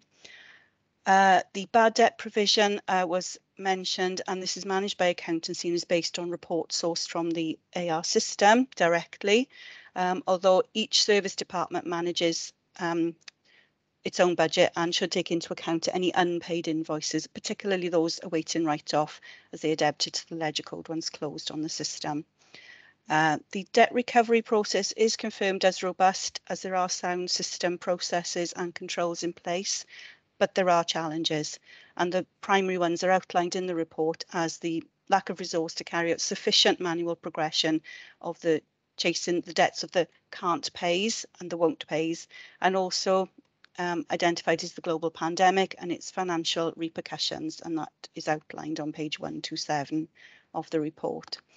So quickly moving on to the future plans, the reporting methodology will be reviewed to see if this can be improved. The new head of HR and Service Centre is tasked with developing an action plan and report to the Chief Executive and Director of Finance and also to CMT. And options will be investigated in addition, options to invest, in addition, I'll start again. We will also look at options to invest in additional resource for the AR for debt recovery activities, so that those options will be explored to see what can be done. And a further report will be submitted to the committee in 6 months. There was one advance question given to me for this particular meeting. That question was from Julie Davis and was, there are 2 action points which involve service departments, and Governance and Audit Committee has previously recognised that your debt collection role is at the back end of the AR process. So can we give an update on how the relationship with the service departments is being managed? So my response to that, and Ben and Adam may wish to further add on a wider perspective, but from the AR team and my managerial role perspective, we manage this relationship in a variety of different ways. We've got a regular and detailed reports routine as outlined in the report that goes to heads of service and to PNFM meetings. Detailed lists are issued directly to heads of service, and we also copy in relevant service department managers wherever we're asked to do that as well, so the information gets to the right person more quickly. We have one-to-one communication with staff in service departments on a regular basis. We have developed a Microsoft Teams user group, which is really useful for relevant updates, important communications, training materials, and includes the PowerPoint presentation that was provided to leadership team last year that outlines the key issues, processes and responsibilities of the accounts receivable function and outstanding debts. We also escalate key issues through up to CMT where necessary through line management processes. We analyse the outstanding debt that allows identification of any service areas where issues may be appearing, and in those instances we carry out liaison meetings directly with those service department managers and follow through to work together with the service and also the legal department to ensure that we apply a rounded corporate approach to achieve the best outcome for the service department, their customers and the council. We manage outstanding debts by category status, so that when we include those categories in our priority reviews within the section, and again that allows us to identify any actions as a result of that analysis. And some of the example categories of those are the disputes, awaiting evidence of debt categories, and sale pending categories. There are lots of others, but that gives you a flavour of the type of thing, the work that goes on in the AR team. So that's the end of my summary for this report. I'm happy to hand over for any further comments or any questions. Thank you very much, Michelle. That's a very comprehensive report, and can I thank you for responding within the document to the questions that were raised at the June meeting. Where we received a verbal update, but I do recognise that you did ask for that update to be postponed until this meeting, but I felt it was important an item on the agenda for June, so I requested that verbal update. But I am very grateful for the effort you put into giving us a very comprehensive report at this meeting, so thank you personally for that. Adam?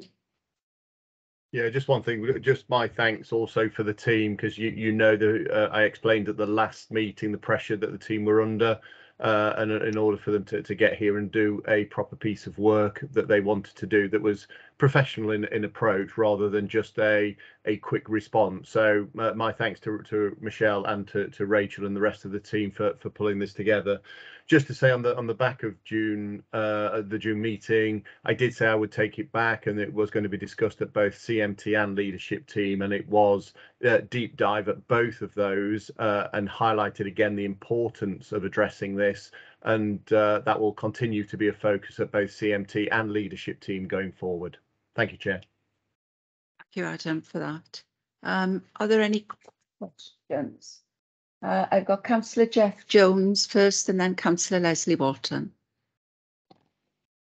Yeah, thanks, Michelle, for the work you've actually done. Just a little bit of background information. It actually says here that the number of staff was reduced by 50% from 2010. How many staff are we actually talking about in situ now? And all those staff actually working on this full time? You actually mentioned that it's a manual process as such, when it gets to actually chasing people up and so on. And without the right resource, really, you're on a losing wicket all the time. Also referring to the debt respite scheme, which probably takes a lot of work identifying who's who and so on. What sort of percentage does that constitute of the debt at the end of the year? Not one looking at an exact figure, but is it 1% or 10% or whatever? I can quickly answer the last point. It is a small impact with the debt respite scheme for AR. So we've only had, I think, less than 10 invoices affected within the sundry debt area. We do sort of facilitate the communication of the notices that we receive from the insolvency service to the rest of the authority. So that is a little bit of extra administrative work that we do.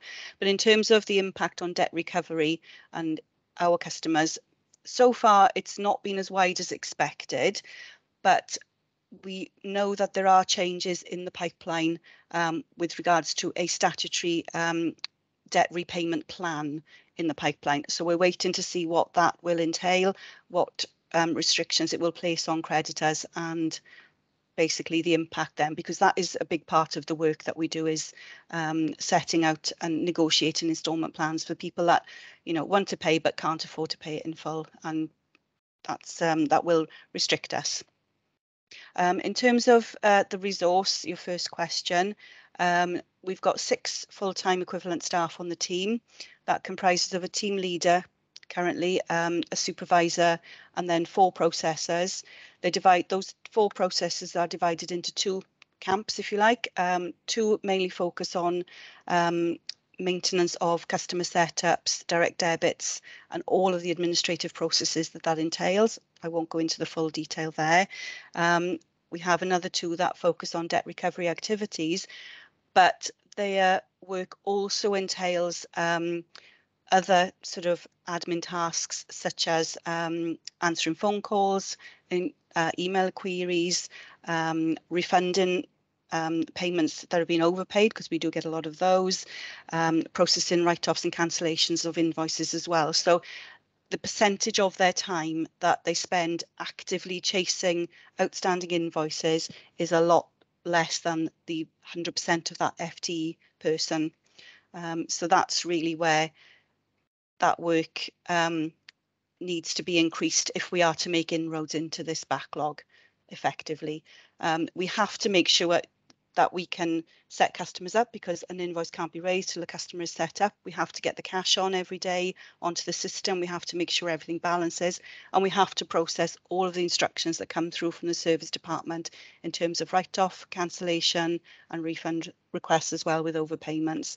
So all of that takes precedence, and at the end of that list comes the debt recovery work, which is really what we're focusing on today. In reality, it should be the other way around. In an ideal world, that should be our main focus, but it's not. We spend a large proportion of time dealing with this other administrative work, which is important as well. Councillor Walton. Thank you, Chair. Yeah, really more of a comment.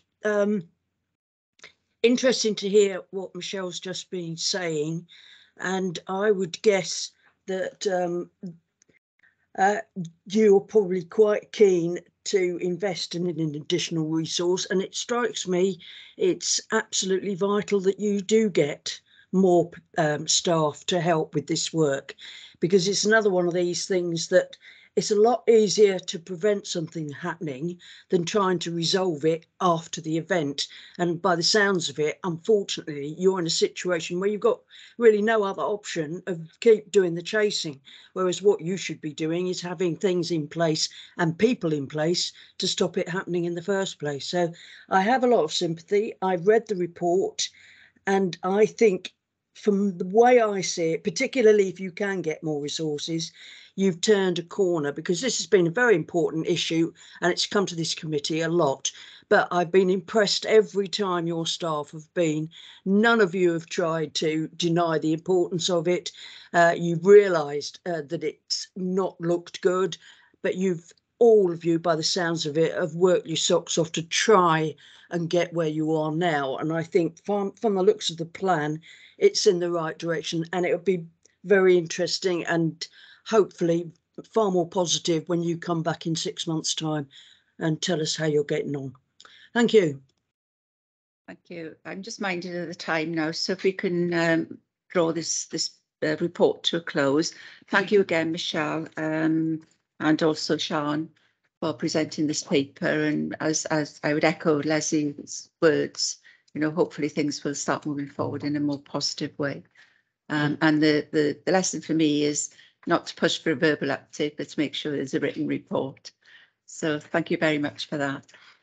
If we can move, the recommendation is for, sorry, I'm just being corrected by my colleague to my right, for the report to come back on, the report to go to CMT on a quarterly basis, and a further update on the debt position across the authority.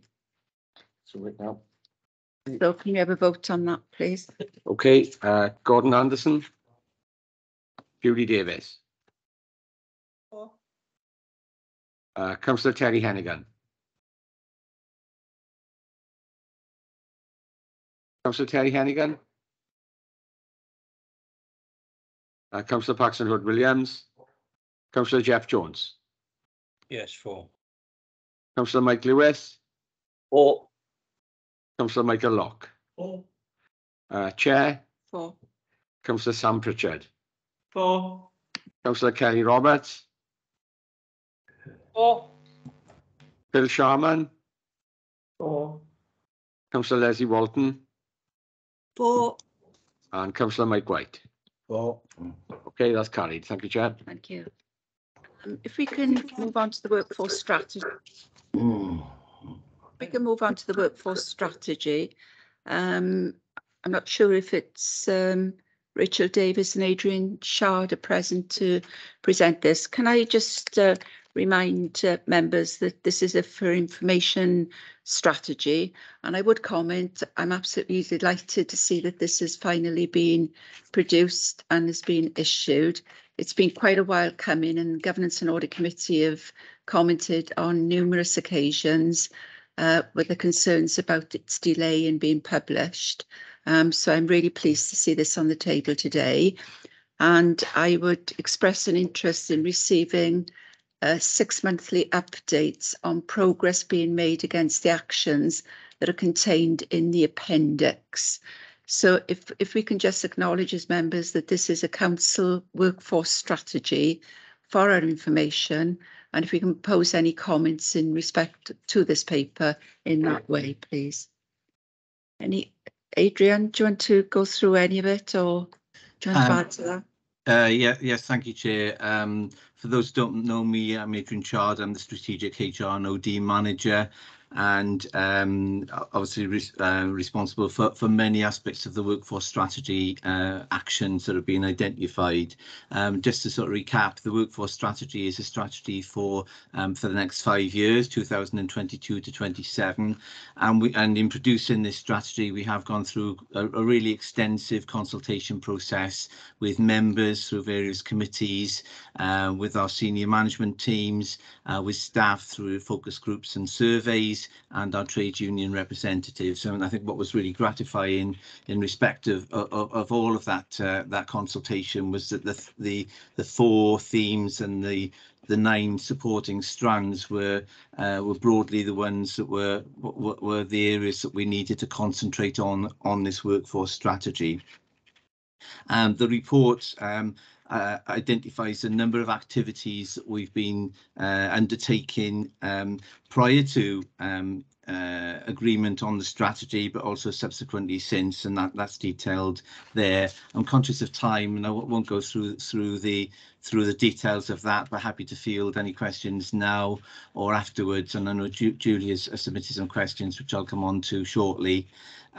What we have done, and it's detailed in page 26 of our strategy, page 165 of your pack, is that we have established a workforce delivery group with representatives from across the council to ensure the activities that have been identified in the strategy are managed and monitored and moved forward. We have the first meeting of that at the end of this month, and we'll meet quarterly with a view to producing a report through to CMT and the relevant scrutiny groups on a 6-monthly basis. In terms of the questions that Julie has asked, first of all, in respect of career development, it is recognised that we have got a specific section here on workforce development, and also as part of that, there is a need for us to what's been identified is for us to undertake a development needs analysis to support our existing staff in terms of any development needs that they might have in their respective parts of the organisation, or more widely as a council as a whole.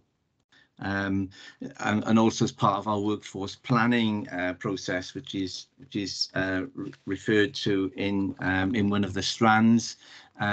We will be looking to develop that strategic resource planning area there, so that we can support all of our staff in terms of the age profile of our workforce, as well as the succession planning aspect. So that's an ongoing process, as you'd expect with a council of this size and the variety of services that we provide. That won't necessarily be a one-size-fits-all approach, but it will reflect the organisation that we will be partnering and servicing across the council. The second question that Julie asked was around the communication strategy. I have received an update from the communications team following Martin's appointment as interim chief executive.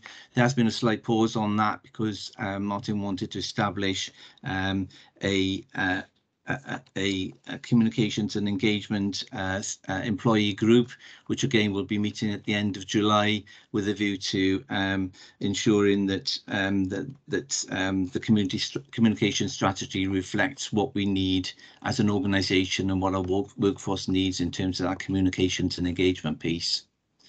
So I'm conscious of time, but also wanted to sort of have the opportunity for you to ask any questions that you might have. Okay, can I open up then for comments or questions? Adam?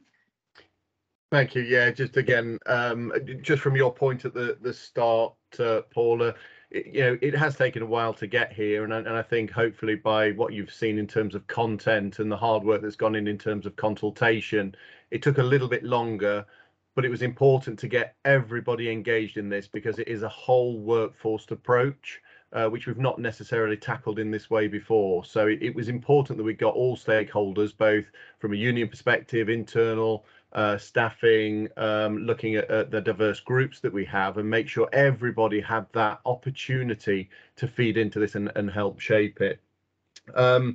In terms of the questions that were asked that Adrian's answered, it was just to say, please don't look at this as a silo strand or theme. These are all cross-cutting. You have to weave each one into them. So it's not just looking at the workforce internally. It's also looking at how we're working with Gower College, how we're working with our partners, how we're coming together with third sector and bringing all that learning together and working across agencies. So it really is a cross-cutting rather than a silo, although it is broken down into parts just for ease of writing and understanding, really. Thank you, Chair. Thank you, Adam. Councillor Leslie Bolton. Thanks, Chair. Just a quick comment. I'd rather it took longer and got it right than take shortcuts and find out in the long run it doesn't work. Thank you, Leslie. Phil Sharman. Thank you, Chair. Thank you, Adam, for getting this on the agenda before you complete your tour of duty. Much appreciated. Chair has indicated this is for noting. I'm happy with that. What I'd like to see, perhaps after, say, 2 years or maybe even a year after, or recognising this as a 5-year strategy, is some kind of objective assessment of, is it working? How far have you got? Do any adjustments need to be made? So that could be done internally with a report coming back to this committee. It could also be done perhaps by Audit Wales at invitation if they're looking for a subject matter for their local value for money work. But at this point, I'm happy just to note it as being prepped and published, and then look at implementation over time. Thank you. Yeah. Thank you. Thanks. Jay, if I could just come back on that point. Yes, I completely agree in terms of the need of regular review of the strategy, and that will be the role of the workforce delivery group, as well as any other sort of external or internal scrutiny that's taken place. This is not a strategy that I would intend to sit on a shelf. Gathering dust and never referred to. As we will know, over the last 5 years, a lot can happen in the next 5 years that we would need to respond to and act positively to in respect of our workforce. Thank you. Any more? No. Councillor Terry. Councillor Terry Hennigan. Yeah, only briefly. Any update on the apprenticeships that the City and County Swansea are taking on, please?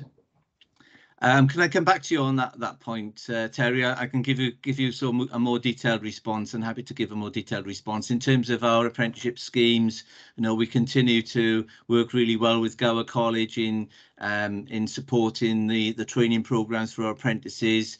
We're continuing to be successful in recruiting apprentices, particularly in the Police Directorate and in corporate building services on the whole. But also we are developing that apprenticeship approach in social services, with a view to addressing some of the resourcing issues that they have there. And also I know that our IT department are in the process of recruiting 5 apprentices into that area. But in terms of the actual detail, Terry, I can come back to you at a later date with more detail around that, if that helps. No problem. Thank you. Adam, did you want to add to that, or is it? Yeah, just one point really. It was just that the reporting back to here, I think, as Phil was asking for, I don't see any problem with that. I think we just need to be clear on what we're reporting to what group.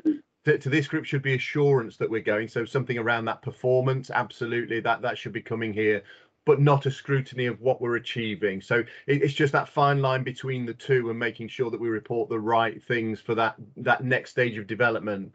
What we'd expect to see is this, as Adrian's pointed out, we'll go through that workforce strategy group, but also we'd expect it to go to the CDCs, the corporate development committees, for that next phase of development of how the workforce is changing, what are the demands, and how that policy and strategy needs to adapt and develop. And again, coming back here with something to give you that assurance and that governance piece of what that document is. It just makes sure that we stay within the assurance and governance here, and the scrutiny in the right form. That's all. But happy for well, I'm happy to tell everybody else that they're going to bring something back in the future.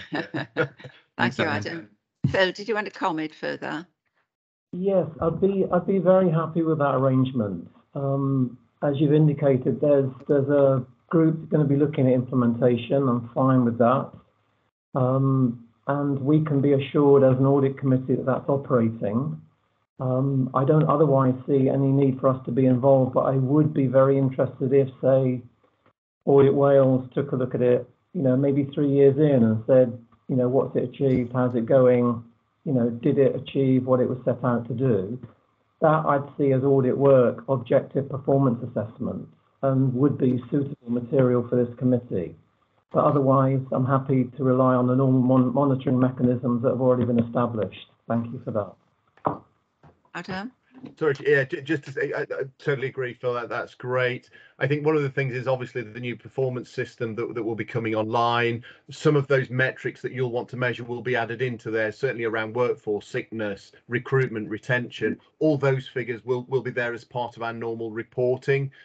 So I think you'll get sort of assurance from a number of levels, quite rightly, sort of 3 touch points to make sure that things are moving. So I think as we develop, it gives us a year or so to really get this embedded, and then we can see where it's reporting and where that assurance is coming from. And if there's a gap, then of course we can fill it.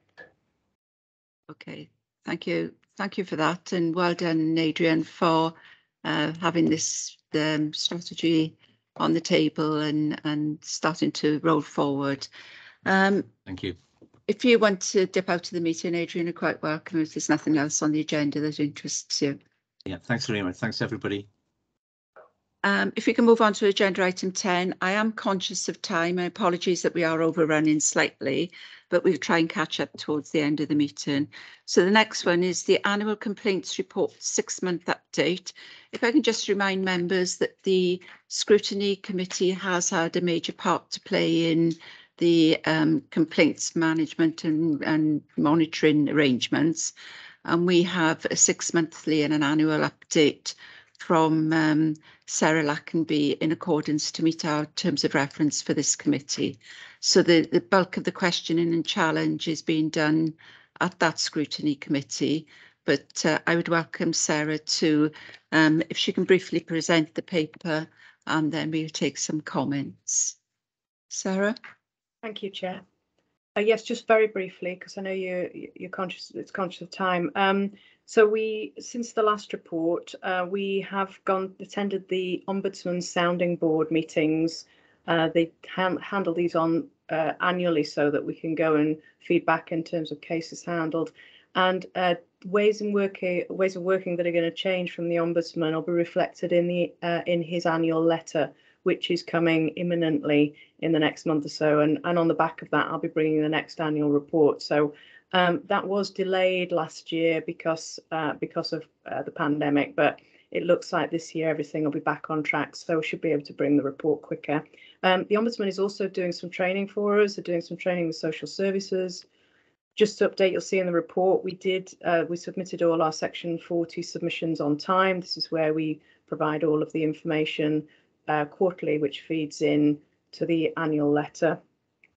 The IT system is delayed. Unfortunately, the developers have had to focus on the extra payments as a result of the pandemic, the cost of living payments and the payments to carers, which has taken them away from the system. But it is back on track now in that the developers are back on working on it. So I'm hoping to do training with staff, finish the testing and get that out in the next few months, which will be helpful. So at least, although we won't have a full year on the new system, we will have several months, which will be a good thing. And the committee did ask for KPIs, which you'll see suggested KPIs are in the paper. These have been consulted on with key staff across the organisation. They are reflective of our policies and of legislation as well.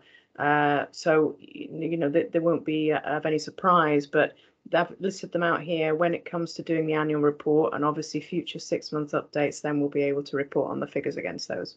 Thank you. Happy to take questions. Thank you. Thank you. Are there any comments? No comments?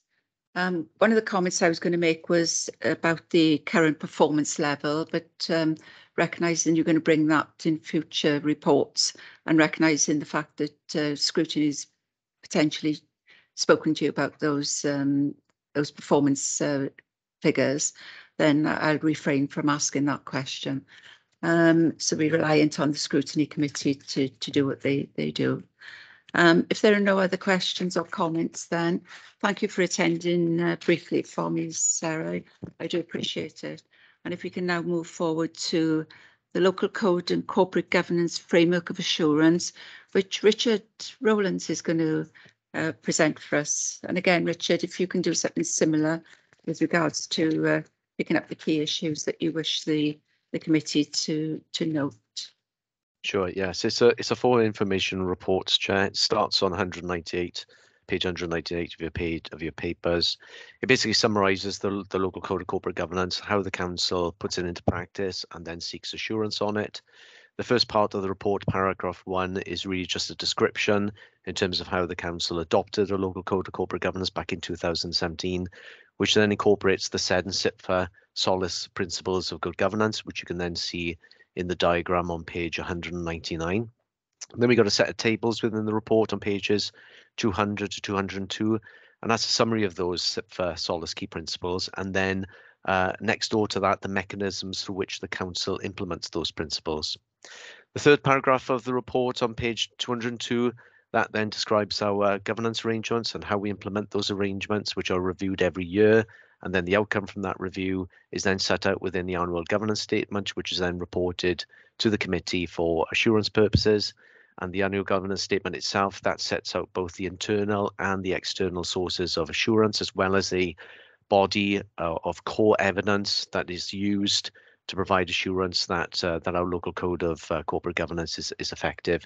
You can see that list of internal assurance sources in paragraphs 341 to 345 on pages 203 and 204, and the external sources, they're listed in paragraphs 351 to 352 on page 204 as well. And then we have the body of core evidence, which is referred to in the report, which is set out in paragraph 361 to 365, which is on pages 204 to 205. Thank you, Chair. Thank you, Richard. I find this report a memoir for us to understand the sources of assurance and the activity that's going on across the council. Can I open up to members for any comments or questions, please? Any comments? Phil Shalman? Just a very short question for Richard, please, Chair. And Richard, you'll remember that this committee looked at the annual governance statement for the year 21-22 at the May meeting. And alongside that was included the reference to the code. Could you just indicate for members whether there's been any changes to the code as was received at the May meeting? In other words, the code that applies for 22-23 will be the same code as was in place for the prior year? Yes, that's right, Phil. Yes, the same code. No changes to the code. Thank you. Thank you, Phil. If there are no other questions, can I thank you again, Richard, for presenting the paper. And if we can now move on to agenda item 12, which is the overview of governance and assurance arrangements of partnership and collaboration. And again, Richard, you're going to present this one. Yes, sure. If I can invite you to go through this one. Sure. It's a longer report, but I'll try and go through it as quickly as I can. It starts on page 207. Again, it's a for information report. The aim of it really is to provide a high-level overview of the governance arrangements of the most significant partnerships that the council's involved in. In the first paragraph, on pages 207 to 208, that's again just an introduction in terms of what we mean by good governance, which refers back to the previous report in terms of SIPFA and SOLACE, to which local government specifically is subject to, but it's easily transferable as well to these type of partnerships, where the council has significant involvement. In the second paragraph then on pages 208 and 209, we've got some background and some contextual information on the partnership landscape in Wales, which can probably be described as being quite complex and crowded as well, despite some numerous national reviews to try and resolve that. And I think the CJCs are probably in the attempt to try and do that. So the rest of the report really is about the 5 key partnerships that Swansea is engaged in. The first part was about the CJCs, but seeing that we've already discussed that earlier on in the meeting, with permission of the chair, I'll just skip forward to paragraph 4, which is on page 211, which is about the Public Services Board. So the Public Services Board was established as a result of the introduction of the Wellbeing of Future Generations Act. And the aim of the board really is, the purpose is about trying to improve the wellbeing of people in Swansea. We have a little bit more detail on the role of the PSB, which is described in paragraph 4.2.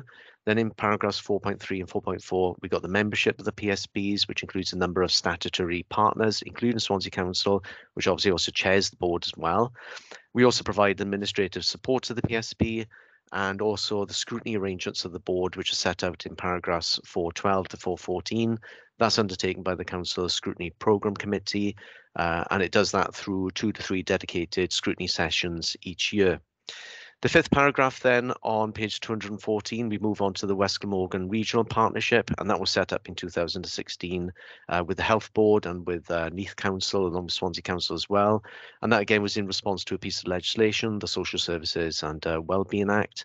And the purpose of the board, that's set out in paragraph 5.3 on page 214. And what it's really about is the Health Board and local authorities working together to try and ensure that there's good health and social care services, and that there's the necessary care and support in place that meets the needs of the population of Swansea.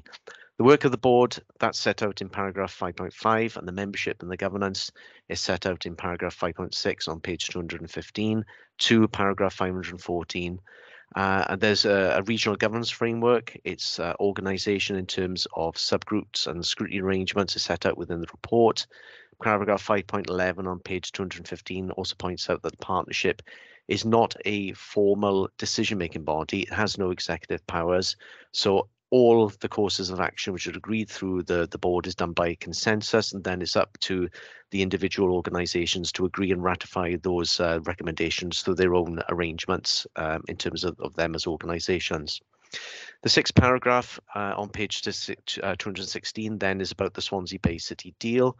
The membership, the structure, the governance of the Swansea Bay City deal, that's described in the paragraphs that follow, which includes a joint UK government and Welsh government board. It's called the Welsh Cities and Growth Implementation Board, and that oversees progress.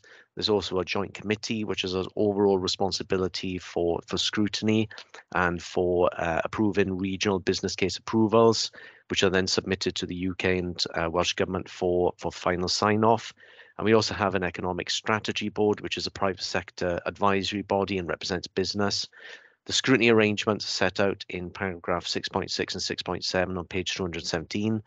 Paragraph 6.10 to 6.14 then contain information on the other arrangements within the partnership for risk management, monitoring and evaluation, project and programme management, communications and marketing, and stakeholder engagement. And then finally on paragraph 7 on page 219, we have a description of the new regional partnership arrangements for education following the demise of ERU, the story of which is set out in paragraphs 7.1 to 7.3. The membership of the new partnership was approved in November last year, and it consists of Swansea, Carmarthenshire and Pembrokeshire councils. The organisation and the governance structure is set out in paragraphs 7.5 and 7.6, and that includes the establishment of a joint committee, the membership of which includes the leader of Swansea Council. There's a strategic group which is answerable then to the joint committee to be established, and the strategic group will oversee an operations group and a stakeholder group, and the joint committee will also have the power then to establish subcommittees, and there will also be a joint scrutiny council group as well that will be established to scrutinise decisions which are made then by the joint committee and the subcommittees. Thank you, Chair. Thank you, Richard. As you quite rightly say, this is a very complex area of the partnership landscape, and one that needs to have robust governance arrangements surrounding the whole process. I think Phil Sharman has got a question first. Phil? Yes. Chair, I can see it's a good paper, very useful, and clearly the partnership arrangements with City and County of Swansea are significant and hugely important in the delivery of public services across the area. In terms of essentially the audit of these arrangements, apart from the scrutiny as you've described. What I'd like to see, perhaps again over a period of time, is some kind of objective assessment of the governance arrangements, of the assurance provisions that have been made within the partnership.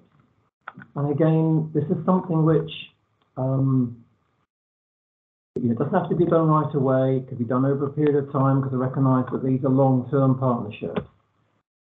It could be something that Audit Wales could be invited to do. Obviously, they oversee the various bodies are involved. But it'd be a very useful piece of work. But in terms of your report, I think that's given the committee a good outline of what those arrangements are. And I think we just want some kind of objective assessment to say, great in principle, are the assurance arrangements working in practice? And aside from that, is the scrutiny effective in terms of examining the outcomes that have been achieved? That is what I would be seeking from this. Thank you. Do you want to come in on that one, Adam?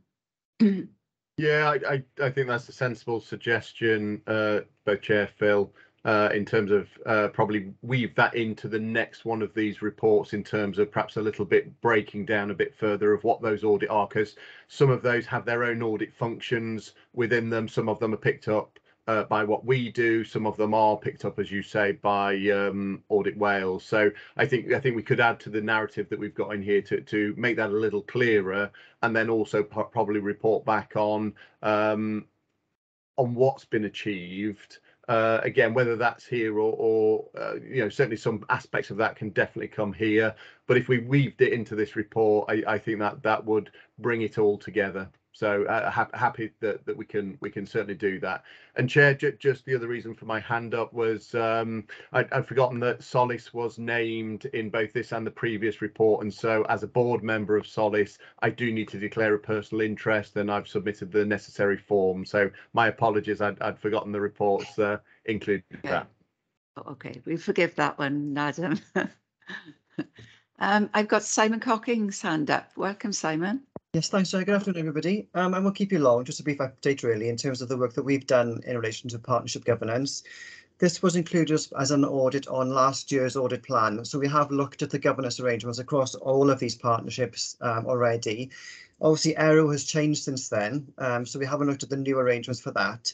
The audit was completed in October 2021, and I think the outcome came to the committee in February 2022. And following that meeting, I believe the chair asked for that report to be circulated to all members. Obviously, the newly elected members haven't been subject to that report, so I'm happy to send that on to members if they see fit. But we have looked at this, and it was actually given a high assurance rating at the time. But as I say, that's been missed off with the newly appointed members, so we're happy to redistribute that if you need to, Chair. Thank you, Simon. Yes, that would be helpful, I think, for new members. Thank you, Simon. Yes, please. Okay, sorry, Gordon. Yes, thank you, Chair. Echoing what Phil said about the assessment of the effectiveness of the governance of these boards, in particular, though, where the responsibility has been delegated to one partner, like in the Swansea Bay City deal, for instance, where Pembrokeshire have been given the responsibility for audit. How will that link back to this committee? Will we be receiving their audit reports, or just a general city deal report? Ben? I would still expect in that instance you'd only get a general report, because Carmarthenshire has been appointed as the accountable body for the Swansea Bay City deal. So that would address that one. And then equally, I know that's when you've asked about Gordon, but equally for the corporate joint committee, because it's an entity in its own right, that's got its own remit. Phil's comment is very valid. It's a mixture of partnerships, some on a compulsory footing as a joint committee stroke board, some of them where there's a clear accountable body, the others are a bit fuzzy, but that would be my view specifically on that one around the city deal. The accountable body for the lot and subject to external audit opinion is Carmarthenshire. For the CJC, the accountable body is the CJC and will be itself subject to audit committee subject to external audit, but as a smaller body in the first instance. I hope that clarifies the position. But I think you made a very valid point, Phil, that this is a smorgasbord of partnerships on a whole raft of different footings, and getting some of that visibility and drill down is right. So I think Adam's offer was the correct thing to offer the committee. Thanks. Thank you. Councillor Leslie Walton. Yeah, just a quick follow-up to that. I noticed point 2.2 says that even after various reviews, the landscape remains crowded and complex. I'd be pretty astounded if it wasn't crowded and complex. Doesn't mean to say that we need to continue looking to make sure that that's right, that the structures are correct. But when you think about the differences across the 4 regions and the different areas of work you're looking at, that can't be anything but complex, in my opinion. Thank you. I agree. Simon, did you want to add to any of that? Yes, just briefly, thanks, Chair. In relation to Gordon's query about City Deal, we have retained City Deal on our audit plan for the last couple of years, and we do keep a track of the work that Pembrokeshire is actually doing on that. So we haven't got direct access to those committee minutes, but we do get access to all the public reports, and we have got a very good relationship with Pembrokeshire to report back on progress and track that key activity basically through our own audit programme. Thank you, Simon. The last 2 papers on the agenda are the tracker report and the work plan. Because of the time, I'm just wondering if we note those 2 papers. The tracker report is obviously, we can see work is ongoing there. If there's anything specific that you want to query, if you can divert those queries to Jeremy or myself, and we can get responses on that. The work plan for 22-23, I understand the scrutiny committee have just due to approve a scrutiny committee work programme. So if I can ask that once that programme is agreed, it's appended to our work plan and the terms of reference as we normally do, so we can keep a track that 1, we're on track to maintain compliance with our purpose, and 2, that we're aware and do not overlap the work of the scrutiny panel. It's an assurance that Councillor Peter Black, as chair of the scrutiny committee pre the elections, and I agreed, and I'd want to continue that agreement so that we're sighted of what is happening in each of the committees, because they're both key committees within the council. So unless there's anything, hot that you want to raise on those 2 papers. One issue, Chair, is at the moment we've got the next meeting the 10th of August. I kept it open in case there were any urgent reports are needed. So there's no items for that. So you're happy for me to cancel it? I'm comfortable for that meeting in August to be cancelled. I think we do try to cancel the August meetings because of the holiday period. September 2nd or 3rd, 2nd week of September, I believe. Okay then. Thank you, Gordon. I'm very happy with that because August 10th is my birthday. So, okay. So that's really good news. Okay, well, happy birthday for August. If I can just wrap up then, can I thank everyone for attending today. Those in person, it's been delightful to see you both after such a while. And also, can I also thank you members, elected members and lay members for your contribution. It's invaluable, and when you raise those comments or questions, it makes the meeting that much more effective. So I'm eternally grateful for you all.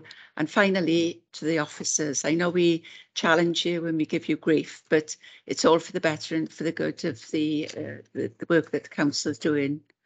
So thank you very much. I close the meeting now. Thank you. Thank you, Chair. Thank you. Thank you, Chair. Thanks all.